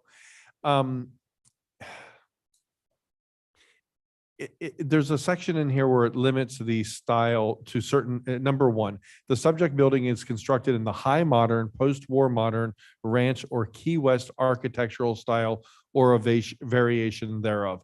What is your opinion on that much latitude in putting a metal home on in terms of the style of the house? This is very similar to Miami Shores. They limit the metal roofs to certain architectural styles. Not that it's always followed, I've come to see, but yeah, I mean, because I've had architects say to me they should only be on Key West style houses and not on these other houses, regardless of how much overhang they add. Right. I mean, again, if someone has a ranch style house, you want to prohibit them from that. I'm wondering if communities do, because it's in terms of design choices, I've had architects say that. Right, but I think, Miami Shores, I mean, this may be exactly the same as what they have in their code. About these 4 different styles. Mac, Well, if you want me to pitch in on that, since I was a part of the committee that rewrote that ordinance, we took Miami Shores and a bunch of other jurisdictions because at the time, metal roofs were not allowed at all in Biscayne Park. We wanted to allow people to have a roof that could withstand more hurricane rather than less. I So understand that part of it. so we were trying to give people a safer option and a longer option. And it had been prohibited completely before that. Now, I would love to have a metal roof on my flat roof house, but they don't make one that will work on my house. So I can't have it, not because. Well, your house probably code doesn't have the pitch that it will allow for. it. Doesn't say, right. There's no. That's very no- clear in our code. Right. Right. Exactly. Well, that's easy. You can add that. People add that pretty regularly. right. when they're in here for. But, P&Z meetings. but we were trying to give people an option of metal roofs, which had been prohibited except for one house that was originally built with a metal roof. No, I understand why it's done. and I understand why people want it, but I know that there are, from a design perspective, there are people who will tell you they only belong on certain kinds of houses. The PNC is going to, you'll discuss all of this with them and maybe they'll have some comment about that as well. Engage was a part of the committee that redesigned that. Okay, G as in George. This does not include, Valerie, our 50% rule. So it's at the very bottom of page 12. And this is the section about roof material. No variance of these provisions shall be granted. However, a metal roof that does not meet the requirements of this section has not been permitted before, has been permitted before, that roof shall be allowed. However, if and or when that roof is replaced, any new roof must fully comply with the requirements of this section. At that point, that's where we normally also have the 50% rule. Because here it says they'll have to comply when they go to replace it, but the 50% deterioration is not in there. So they could have a roof that's more than 50% deteriorated, a metal roof, and we would not tell them they have to replace it and bring it up to current code. Anybody have an opinion on that? Just jumped out at me because that's where we always have that 50% language. No one cares? That's it. I'm just wondering why anybody would allow their roof to go beyond 50%. Depends on where It's structure, it's a structural thing. If you need a new roof, you need a new roof. Drive around the village. Well, but that's their problem. Right. Okay, but it's our problem when you see it from the street. It's our problem with 50% deterioration of a driveway, a swale, a fence, anything, it's all our problem. 10.4.9B as in boy. What for it? We don't allow demolition without approved plans and permits. So are we going to include an exception in these specific cases? So there was actually a bill that was passed this past legislative session that limits the ability for local governments to put any conditions on demolition, requiring your demolition permits if the property is in certain flood zones. So one of the things that we were looking at is, I believe we have to confirm that basically the entire village is in that special flood zone. And if that were the case, then we may have to repeal that ordinance. This is a new law? New law. Okay. This is about fires and acts of God. No, I'm not saying we're just talking about the demolition permit requiring. This section, yeah. But just because you were talking Generally, about okay. generally, the ordinance that we passed that indicates you have to have building plans in order to get a demolition permit, you may have to repeal that. Because we're in a flood zone? Correct. What does that have to do with anything? Ron DeSantis, if you're listening. Wisdom. I know. Okay, 10.5.1. This is landscaping. We're going to address that separately. And then Alex, my last question is kind of an open-ended question. In the chart that's in here, is it called Table A? I don't know what it's called. The chart that says for the different, all the different setbacks and blah, blah, blah. Right. Are all specified in that chart. That chart is a really handy place for people to go to kind of get a snapshot of what they have to, all the considerations, right? Hence, that's why we moved it to the appropriate section. So I they know, can find it. I know, so they could actually find it. So my other question to you is there anything that's in our code that we should include in that chart also? I'm not saying remove it from wherever it's included, but also include it in there just to make the chart more user-friendly to people when they pull it up. So it has setbacks, it has this, it has that. Are there other things that you would recommend that we add in that chart while we're touching this section, just because it makes it more user-friendly for residents and contractors and developers? I kind of like it for its simplicity, but I mean, I think you all really need to address the landscape requirements, so, but that's not really would be in here. I mean, that's the only thing that Maybe you just want to think about that. I just want to stick that in your head because the chart is so handy. And if there's something else that should be there, so it's all in one place, so they can say, well, I looked and I didn't see it, it might be a good time to move it or just add it there, copy and paste it there too. Well, do you regulate driveway setbacks? You do, don't you? Yes, we do. So maybe that's a thing I should add. Okay.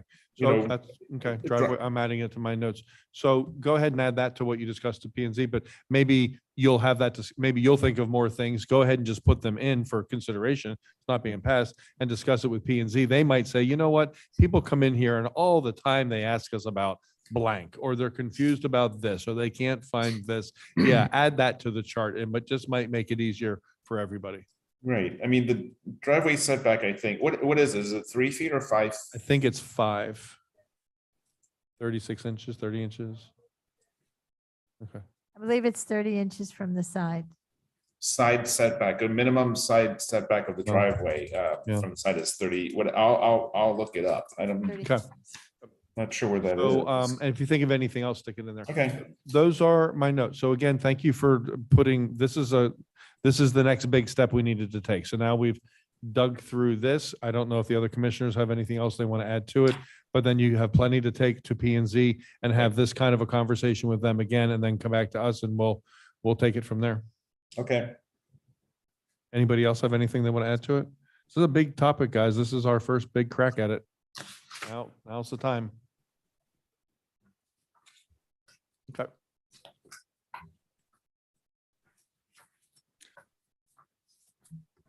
Do you have anything you want to add to that, Valerie?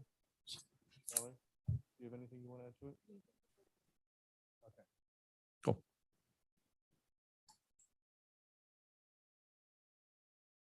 Okay, is there any other discussion on that? We'll go to the swale ordinance discussion. Mario? Thanks, Alex, if you're still there. Yep. All right. If that's it, I'll Thank wish you. you all a good evening. Thank you very much. Take care. Bye. Thank you. Mayor, with regards to the swale discussion, I believe there was one correction that we had to make. Val, can you? Sure. So since our last discussion, 2 minor changes were made and then an additional change will need to be made. So the first change was removing the requirement that to park on a swale, you would need permission from the adjacent property owner. That was taken out. The grandfather provision was revised, so the language is consistent with the other grandfather provisions in the code. And then based on the consensus of the commission at the last meeting, we will remove the 5-foot setback for the landscaping. Not in this draft, but it will be removed when it comes back for first reading.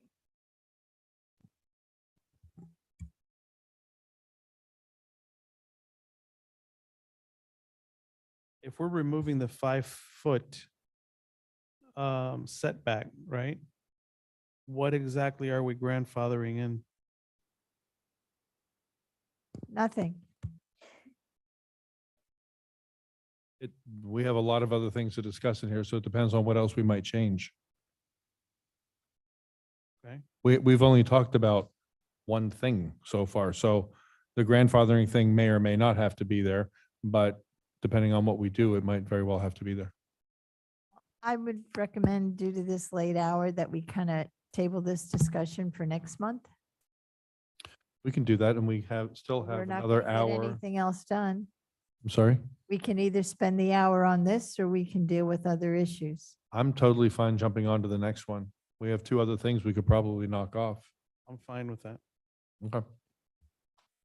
Okay. We'll table swale ordinance discussion till next month. Village And for traffic next and month, Valerie, could you have it updated for us so we know exactly what we're looking at, so we don't get any more letters? I will. Thank you. Did you get some emails? I'm kidding. I did too. We all got them. Village traffic and road safety. Mario, do you have anything to say about that? No, ma'am. Vice Mayor Smith? Yes, since everybody was ready to table this item, if it's possible that I can talk about this item since everybody was ready to table it. In reference to 12C traffic study cost, do we really have a traffic problem in Biscayne Park to justify spending $17,500? I believe we don't have. Yes, we have some problems. If I understand what I'm reading in items 12C, you have proposed tonight that we spend from our budget $17,500 to hire an independent company to review all 4 studies, which are outlined in our backup material. The cost to do all 4 of those studies comes out to a total between of $185,000 to $300,000. And add the cost to $17,500 to hire this company. The total is $202,500 to $31,750. $31,750. Yeah, okay, yeah. Yeah, so my question, okay, there's more I have, so I'm trying to get my stupid thing to work. With all the problems with all the problems that some residents say we have, is it worth spending $17,500 to an independent company to tell us that they will probably cost us between $185,000 to $300,000 for all 4 studies? The cost of the $17,500 study might come back and say, we don't need to spend any money. Or they might say, we need to do all 4. And some of them is where the money is coming from. First off, where's the money coming from? My biggest question is what traffic problems we must warrant this expense? And why can we not have our own police department do these studies? That's my comment on that. Okay. I can answer just the last question with regards to the police department is not a traffic count. They're patrolling, they're ensuring the safety of the village. They're not counting cars. And so the traffic data collection study is to be able to have machines and even in person where they sit for several hours, several different days, different times of the days and count the cars that are traveling through the intersections to be able to picture how much volume is going through intersections and streets. Police cannot do that. They will not do that. You have civil engineers and traffic engineers that go through to put these data counts together. So it's not police. I understand that part. Okay, but my biggest question, what traffic problems do we have in this village that needs to expend this $17,500? Because if the 4 different things that they have, which is all, I'm not going to read it because everybody has it in their backup. That's a lot of money. And chances are we're not going to do any of these things. So we just wasted $17,500. I just don't think we need to spend that kind of money on a traffic problem, which nobody's really told me what the biggest problem that we have in traffic is. Well, we do have an issue with traffic, but it's far more than the Village of Biscayne Park. This is a county-wide and a South Florida-wide issue that our roadways were never designed to absorb the amount of traffic we have. And there's not much we can do about it because we have no place to expand. We could put in speed bumps or more stop signs or some other things, but it's, you know, we can't expand our roadways because we have no place to go. So we're not tabling this item. We're going to discuss it. Is that the consensus here tonight? Village already are. traffic. We tabled the swale. Tables. Oh, we tabled the swale. Oh, my apologies. I'm sorry. I'm still one behind. Sorry. So, That's okay. Okay. I'm very much against This- doing anything with yeah, the. this was where traffic originally the commission was study. going to table. Got it. Excuse me? Okay. Okay. So, I think that if we do anything, we should put more speed bumps. And I don't see any solution to having a traffic study. They'll recommend traffic circles, and I can't imagine anybody in Biscayne Park wanting one in front of their house. Madam Mayor, Commissioner Judy, we had a traffic study in the past, didn't we? Okay, was anything accomplished from those traffic studies? And how much, without an exact amount, but how much money would you say we spent on those traffic studies? And did we accomplish anything with those traffic studies? I think we got the speed bumps out of it, right? If I recall, we got a couple of speed bumps and a couple of four-way stops, but people objected. There was discussion of making streets one way in each direction. People were against a lot of that, so there was. That's just like the people that complained that they wanted speed bumps. And we put speed bumps and then they complained they made too much noise because they could hear the thump thump. So they're really, I don't know how we tell other people outside of Biscayne Park to stay out of Biscayne Park. Well, let me, Impossible. We can't do that. I mean, the streets are public roadways. with all due respect, you're talking like you're traffic experts and none of us are. That's the whole point of getting the study. So we don't know what can and cannot be done. And I'll tell you, the speed bumps were not a result of that traffic study. That was 14 years ago. And what I'm hearing you say, Dan Samaria, is that there was a traffic study done and that there were commissioners in place back then who were ineffective at using it for any good. Is that what you're saying? No, I'm asking, was there traffic studies done in the past and how much did it cost? And did anything Well- come out of it? Because I'm looking at in the backup on these four different things. Well, Well, Dan, you know what the answer to those questions are. We did the traffic study. I think they put in 2 stop signs and that was it. And then it just sort of withered away and the commission did nothing with it. That was the whole point. So it wasn't, there was no, Last traffic study was $50,000. Thank you. It was That's what I- 14 years yes, ago. that's what I heard it was. So so, imagine. well, we'll find out when Mario puts it out to bid. Mario seemed to think he might be able to find a small company to do it. Look, guys, if anyone's denying that traffic's a problem in the village, then they're not out walking around the streets of this village. Traffic's a problem. Speeding's a problem. The volume of, I know it's all over, but Jenny, you and I and these other 3 people up here are only responsible for Biscayne Park. And if there are things that we can do to make it better for our residents, that's what we were elected to do. I don't care what other communities aren't doing. I don't care how ineffective past commissions here may have been. All I care is that we get data that we can make decisions from. It will hopefully point us in some directions. Maybe it won't.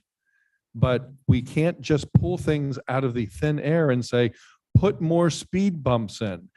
And people don't like them when you do. Well, here's part of the problem, because you can't point to anything and say, hey, neighbors, here's why we need to have this here. Right. Here's why we need to have this solution here is a roundabout, and this one's a stop sign, and this one's a speed bump.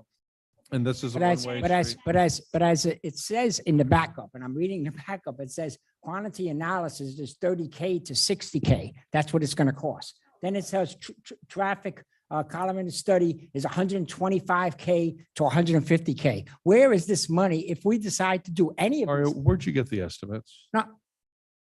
Just The curious estimates where you got came, these. the estimates came from working with colleagues in the Miami-Dade TPO and 3 private engineering firms that do these studies. Public outreach is going to be 10K to 50K. Okay, first public, I definitely want to hear from, but then you have agency coordinator. This is 6th Avenue, which we're not going to have a say in because it's not us. That's going to be 20K to 40K. My question is, if we do any of these studies besides the 17,500, where are we going to get the money from to pay for any of these studies? If they just, now what happens if the 17,500 comes back and says, you can't do any of these? So then we wasted $17,500. Why would I'm confused. Why would the first study come back and say we can't do the other studies? The first study is a traffic data collection study. It's measuring traffic. It's just simply showing us at the first level what the problem looks like. It tells us, Mario, step in here, how many cars, how fast they're going, where they're moving through the village. It's the very basic traffic data. Would that study compare the data? Would they be able to compare the data from now to the last time this study was done back in 2000? whatever it was, 14, was it? Yeah, you 2014? can use the 2014 data numbers as a historical standpoint, but you can't use those numbers for any type of study moving forward. No, I understand that, but I mean, So they would so be we able to would compare. Correct. So for instance, if one of the locations, let's say, is 9th Avenue and 117th Street, right? And in 2014, it showed that on average, you had 50 cars go through during rush hour traffic in the afternoon. And in 2023, you're showing now 100 cars. Yeah, but That's what it would in show. order to quantify that, really, what you need to do is mirror that, whatever it is that they did in 2014, in order to Mhm. get actual information, they would have to mirror that. So Correct. whatever streets they use, they would have to mirror that. With the times, they would have to Correct. mirror that, because if not, it's just, it makes no sense. To an Yeah, extent, yes. They might look at other locations and be able to put that. They might say, you know what, that location has a stop sign. It's not really an issue. We can actually gauge a little bit further down.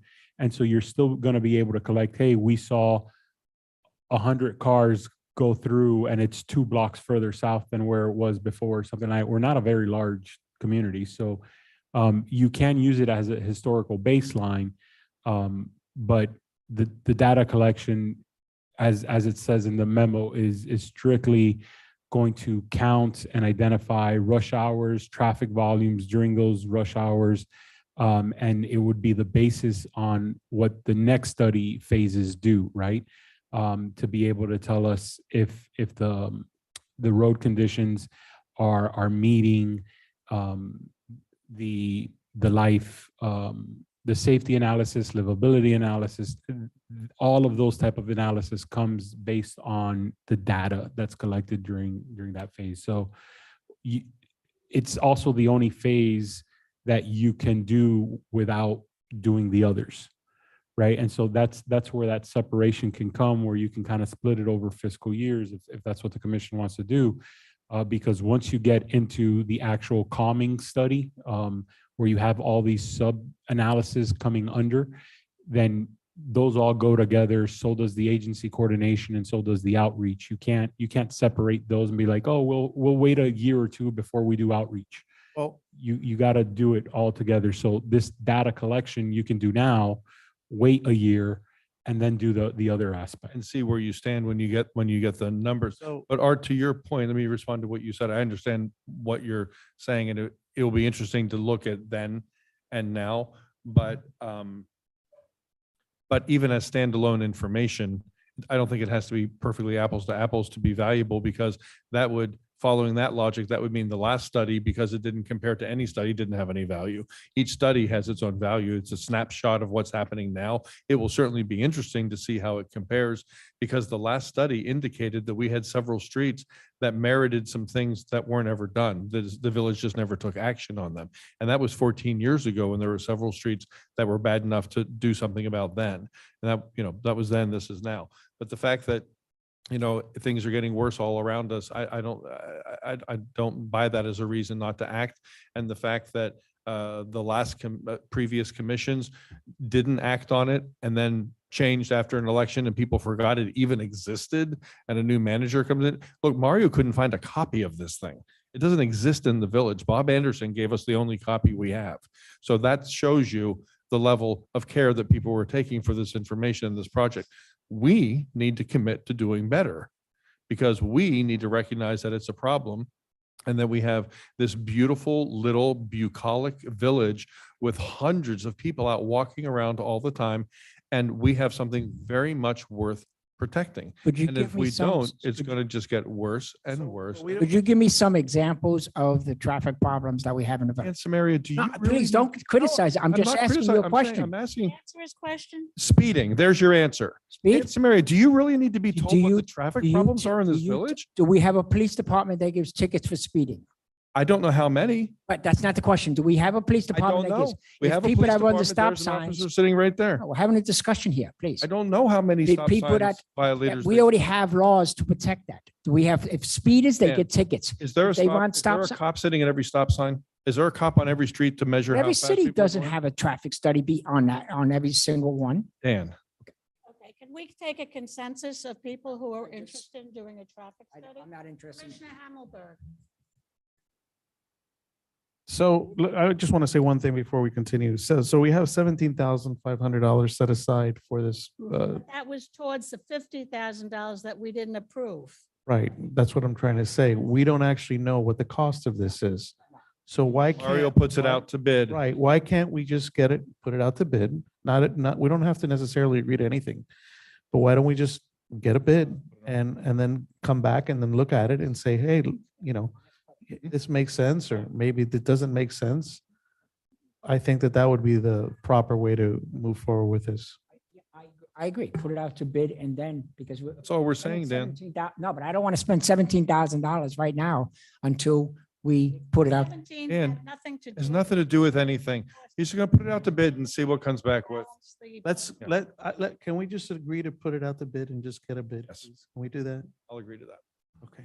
All I've ever asked for is let's just find out. So that means, if I understand this correctly, that we're not spending the 17,500, correct? We're gonna put it out to bid. Once we get a bid, then we'll come back and then we can argue all we So, want. so about as it. far as for this month, for this budget coming up, Mhm. this 17,500 will not be taken out of the budget then, correct? Well, it's earmarked. No, it's for in that. the So budget. we don't need to have In it. the budget know. earmarked for that, There, it's but already- it's be- already- as a It could be a lot placekeeper. more, Dan. Is it just a place to put the 17,000? Right, exactly. It Exactly. had nothing. it Right, so wasn't then we don't realistic. need to have that in this budget that's coming up. Yes, we do. No, we don't. So how, Time to put Dan, out to think, bid. Dan, logic that through, Dan. There's no money in the budget, but you're gonna ask Mario to put a project out to bid. Do I need to make a You motion? can't do it, can you, Mario? work Can you with put a project out to bid if there's no money in the budget? I won't. Do you hear that, Dan? Mario won't put it out to bid if there's not money in the budget. You don't say to vendors, hey, vendors, give us an estimate to do this job. Stop. See, when everybody doesn't This agree was- with you, stop. I'm not going to spend This was- 17,000. This was Commissioner Gonzalez's suggestion. There's no motion to make. Art, do you have anything to say about that? He will not put it out. for I bid if already- There's no money. I already gave my 2 cents that let's put it out, get an RFP. And then we can come back and talk about it. But Mario said he won't put it out. It's already in there. Already in the budget. 17,500 is earmarked for it. We may not use it. We may. I don't know. Can we get a bid, please, for the love of somebody? What do you say, Mario? It's there. We're not gonna move it. Okay. It's there. Look, we need a consensus on this, right? We just need a yes, should we proceed, or no, should we not? And the proceed is not for anyone to write a check for $17,500. The proceed is keep it in the budget where it is, Yes. let Mario put a bid out and see what happens, and then we'll have a conversation about it. Yes. I say yes to that. Yes. Jenny, what say you? Yes, too. I say no. No. Judy? I'll say yes to get a quote to see how much it is. It doesn't and then cost see- That's it. Art, what do you say? Yes, I Done. already said 3, yes. 2, it, done.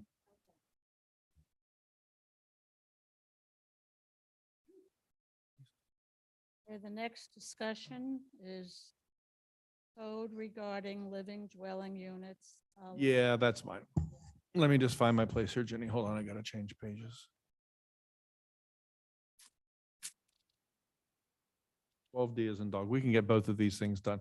Okay, so guys, this is a conversation about dwelling units here in the village. And I'm hoping you all read this, so I'm not going to read every word of this thing, so you understand what this is about. But, we allow one dwelling unit per property here in Biscayne Park, with the exception of some apartments and things. But there's definition, I put in here definitions from the Florida Building Code and from our code and blah, blah, blah. But here's the point. In the Miami-Dade County Code, and that's for unincorporated Miami-Dade County, they have a section 33-20.1.1. And it provides a list of prima facie evidence of illegal multiple family use, illegal subdivision of residences. In other words, someone has a house and they split it into 2 inside. And now all of a sudden there's 2 dwelling units inside the house. Okay, so there's a house, but they split it and they made 2 dwelling units inside illegally. Okay, we have this happening in the village right now. We have examples of it. You can go online, go on Zillow, pull properties up, and you'll see it's listed as yeah, you'll see that they are advertising as having multiple dwelling units inside the property. They're not allowed to per our code, right? They're not allowed to, but it's happening. We don't have a way to flag it, to stop it. And the big opportunity we have to do something about it is during the reoccupancy inspection. Right now, the inspectors are allowed to go in there and count, what do they count, Mario? Basically bedrooms and bathrooms, and they just count bedrooms and bathrooms, and it's a very cursory kind of inspection. Yep, you can sell the property. In Miami-Dade County, in unincorporated Miami-Dade County, they have a list, and it's a long list. I hope you guys pulled up that section of their code and read it. They have a list. If they see any of these things, that indicates to them that there's another dwelling unit, and that point they can do something about it. We can't do that right now because we don't have that in our code. So I talked to Valerie about this quite a bit. She was really helpful. So was Ronnie. And they made me understand that we don't have it in our code. We don't have the muscle to do anything about it because the inspectors aren't allowed to while they're there. Unless we were to take something like if we took the Miami-Dade County code and adopted it into ours or came up with something like it that we thought was a reasonable way to do it, to allow the inspectors to go in there and say, there's 2 dwelling units in that house. Stop. You may not sell that house. There's 2 dwelling units. So think about the impact of multiple dwelling units. You know, it impacts everything. I mean, sewage, trash collection, the density of our village, streets, everything. And we lose money because if we were to decide, well, then maybe we should allow 2 dwelling units per house. I'm not suggesting that, but if we were to do that, then we would increase our revenue a lot because we now imagine if instead of having 1,100 properties, we had 2,200 properties. So Except most of them that are being done illegally and they're not Oh, yeah. going to be done. they're not permitted either. So they're doing the work without permits, right? Because we wouldn't permit an extra dwelling unit in a house. We wouldn't permit the second kitchen. We wouldn't permit the extra outdoor entrance. And so it's unpermitted work. So that's the first problem, right? So God knows what they've done in there. The point is, we just don't have the ability to do anything about it. So if we want to stop this from happening, well, we have choices here. We can either say, it's okay, let it go, and let's permit it, let's allow it, let's report it to the county, let's increase tax revenue. I don't want that. But if we're going to say we really mean to enforce our code, then we need to give Mario and his staff the ability to enforce all of that. So that's what this conversation's about. FPNL, do they notify, does Miami-Dade code have anything where FPNL has to notify if they're putting another meter in? I'm not aware of that FPL has to notify the county, but it does have, if you have 2 or more electrical, water, gas, or other type of utility meters, then that would be one of the factors in finding a presumption that there's an illegal multifamily there. We talked about this a while ago, Mario and I thought we had spoken about it here. And Mario, correct me if I'm wrong, but you had told me that there were limitations on what our staff was able to do legally when Per our code. Per our code, that's what I'm saying. for our code. Is See, that- if you look at the Miami-Dade County code that I referenced, there's a whole section there that says, here are all the things that the inspector can look for and use as evidence.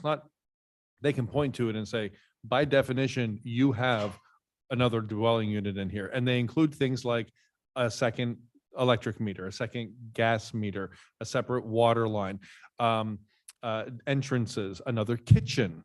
There's all kinds of things that define another dwelling unit. So I think this is a great idea, but I also think that we need to be very careful where we draw a line here.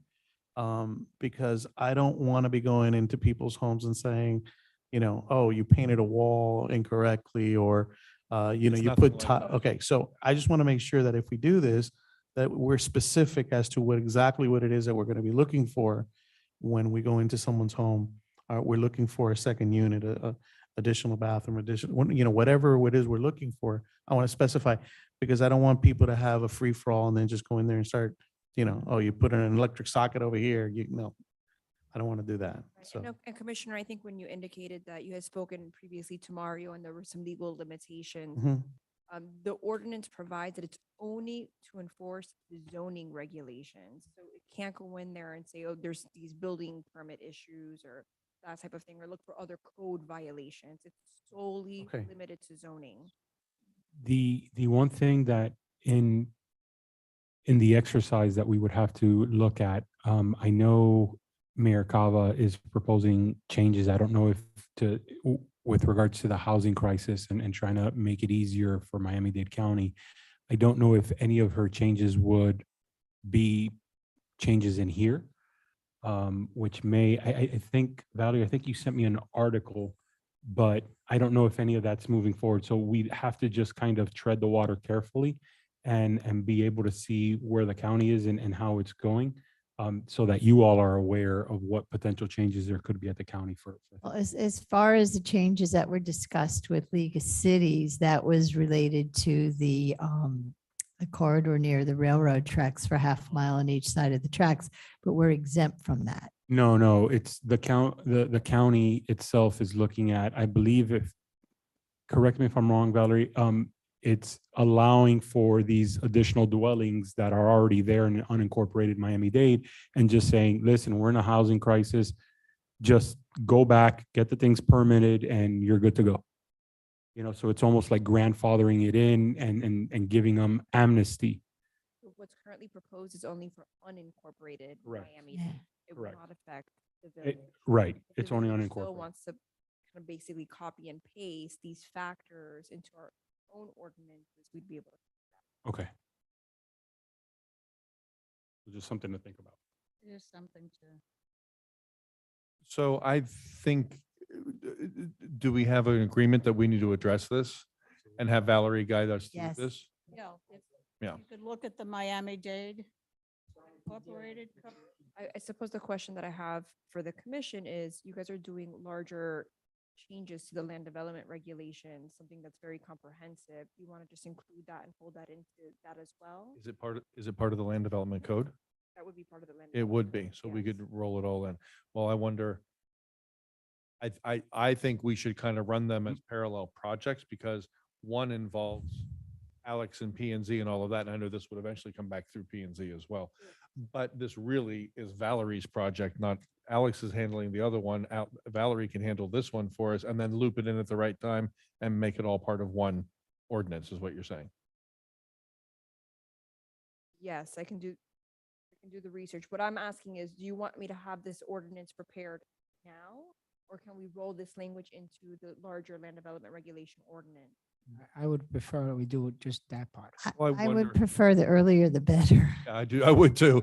I'm with Judy on this one. I prefer earlier the better. I think this might be kind of quick because I don't want to speak for Valerie, but I think she's going to pull up the Miami-Dade County one, do some other research, see what other people might have done that's different, better, whatever. She'll be combining stuff and bringing it to us. I just pulled it up, guys, by the way. I'll just give you a quick example.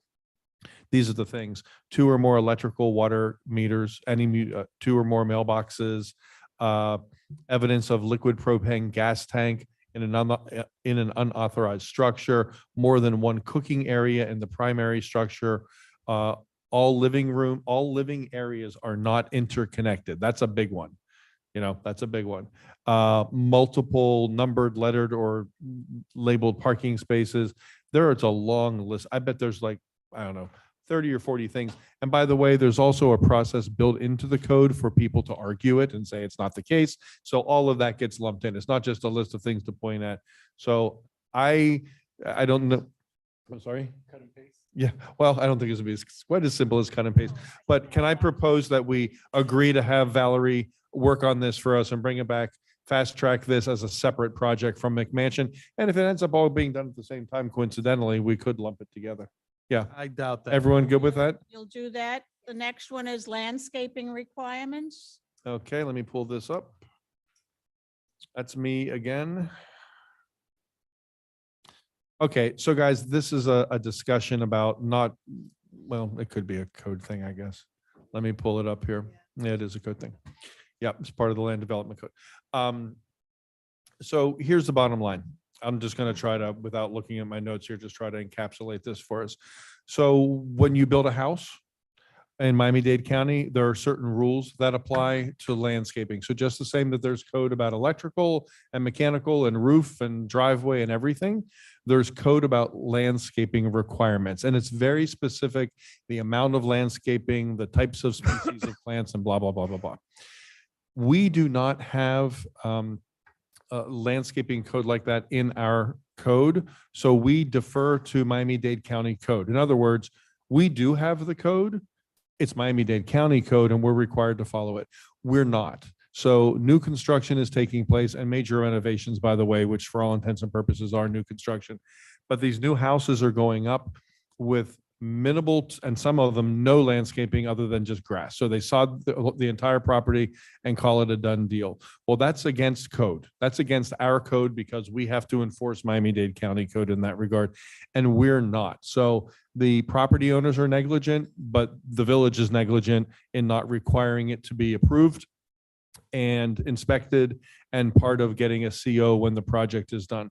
So this is a conversation about not should we have this code. We don't have a choice. We do have the code. The conversation is how do we start enforcing it? It's an internal thing that I guess Mario's going to say he wants to hear us say, yeah, figure out a way to make this happen because we got to get the approval process incorporated. Do a CO. Yeah, before you, and then also I spoke with Valerie about this as well. We had lots of conversations. And I said, the last thing I asked her and Ronnie just this week was, it's in Miami-Dade County's code. Do we just simply say, hey, Mario, let's figure out how we make sure this happens? That's an internal staffing thing and the inspecting company and all of that. And he makes that happen. Or is there a benefit to lifting this out of Miami-Dade County's code and dropping it physically into our code so it lives in our code? And here's the response I got from her. Do you mind if I just read, if I quote back what you wrote to me? I could just say it. I have it right here. She said, "Dear Mac, you're a fabulous commissioner, and I'm so glad you asked this great question." I added that part. She said, "The benefit of incorporating the county code into the village code is for code enforcement purposes, i.e. issuing violations to properties for noncompliance." So what she's saying is if it's in our code, we have to enforce it anyway, but she's saying if we drop it in our code, it does help with compliance enforcement. Is that right? Yes. Okay. So, and just to address the what has been done, very rarely can I give any rhyme or reason as to what was done and why it was done in the past. One thing that I did learn now while going over the transition from Calvin Giordano to CAP government is that Calvin Giordano does not review the landscaping plans or anything. They were tasked with simply looking at the structural, electrical, building, plumbing, mechanical aspect of the plans. So from what I can gather, it was supposed to be planning that did all the approval of the landscaping plans and so forth, but they've sat here and said, we don't want to do that because we're not arborists. We don't want to do any of that list. So at one point, the consultant's not doing it because it's not in their task order. They're in their scope. And then planning apparently isn't doing it. So that kind of fell through. Why was it not being picked up by inspection or whatnot? For the most part, you're talking about an inspector who's going to look at the roof and to look at the electrical and the plumbing. And so they go in, they're looking at what it means for Florida Building Code. Yes, this is correct. They're up and they're out. While talking to CAP Engineering and to the building official, I told them, hey, there's this gap in the landscaping and making sure we meet Miami-Dade code, however little or extensive that code requires it to be. So from a building official and a building review, because he's going to look at kind of everything all together. They've told me, and I'll again sit with them again and saying, yeah, we can just do a check and make sure that it's meeting Miami-Dade code standard. So I am working to fix that internally to make sure that moving forward, both from a plan review and inspection, at least meets that code. And that's the best way that I think we can kind of address it internally.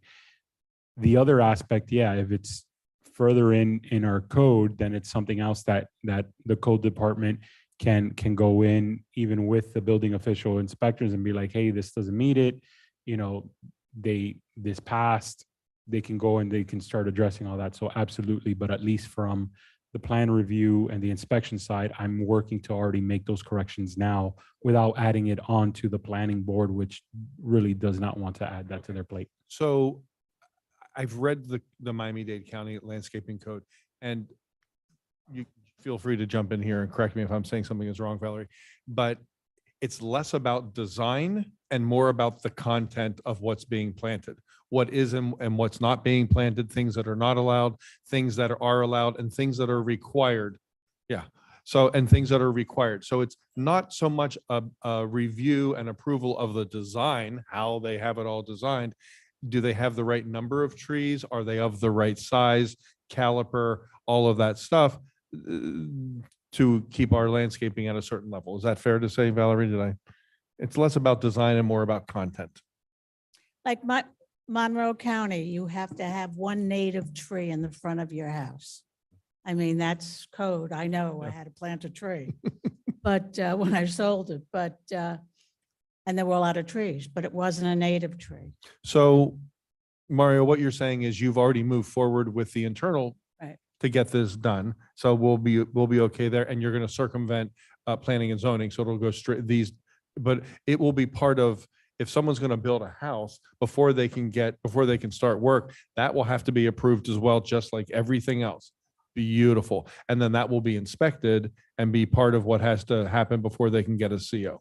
Okay, so that's one part of it. The other part of it is, guys, do we want to have a conversation about lifting this up and inserting it into our code for the purposes of enforcement and compliance? Exactly. So it kind of seems like a no-brainer just to pick it up. No, it's no, by the way, it's our response. It says in the code, it's the local municipality's responsibility to approve everything and to enforce it. It should be in our code. Yeah. So you're saying pick it up and put it in our code. Right. What do you say, Judy? And it Yep. Dan? It Jenny? shouldn't be under Miami-Dade because they might be changing theirs because they're very interested in low-income housing. Yeah. So, okay. They might be changing a lot of that. stuff. Okay. So we agree to have Valerie work on that and bring that back to us? Lovely. Yes. Okay, discussion, new business. Any requests for placement of items, announcements? I'll accept. Motion to adjourn. Okay, Commissioner Hammelberg made the motion. Commissioner Gonzalez seconded it. All in favor, say aye. Aye. Any opposed? Good night.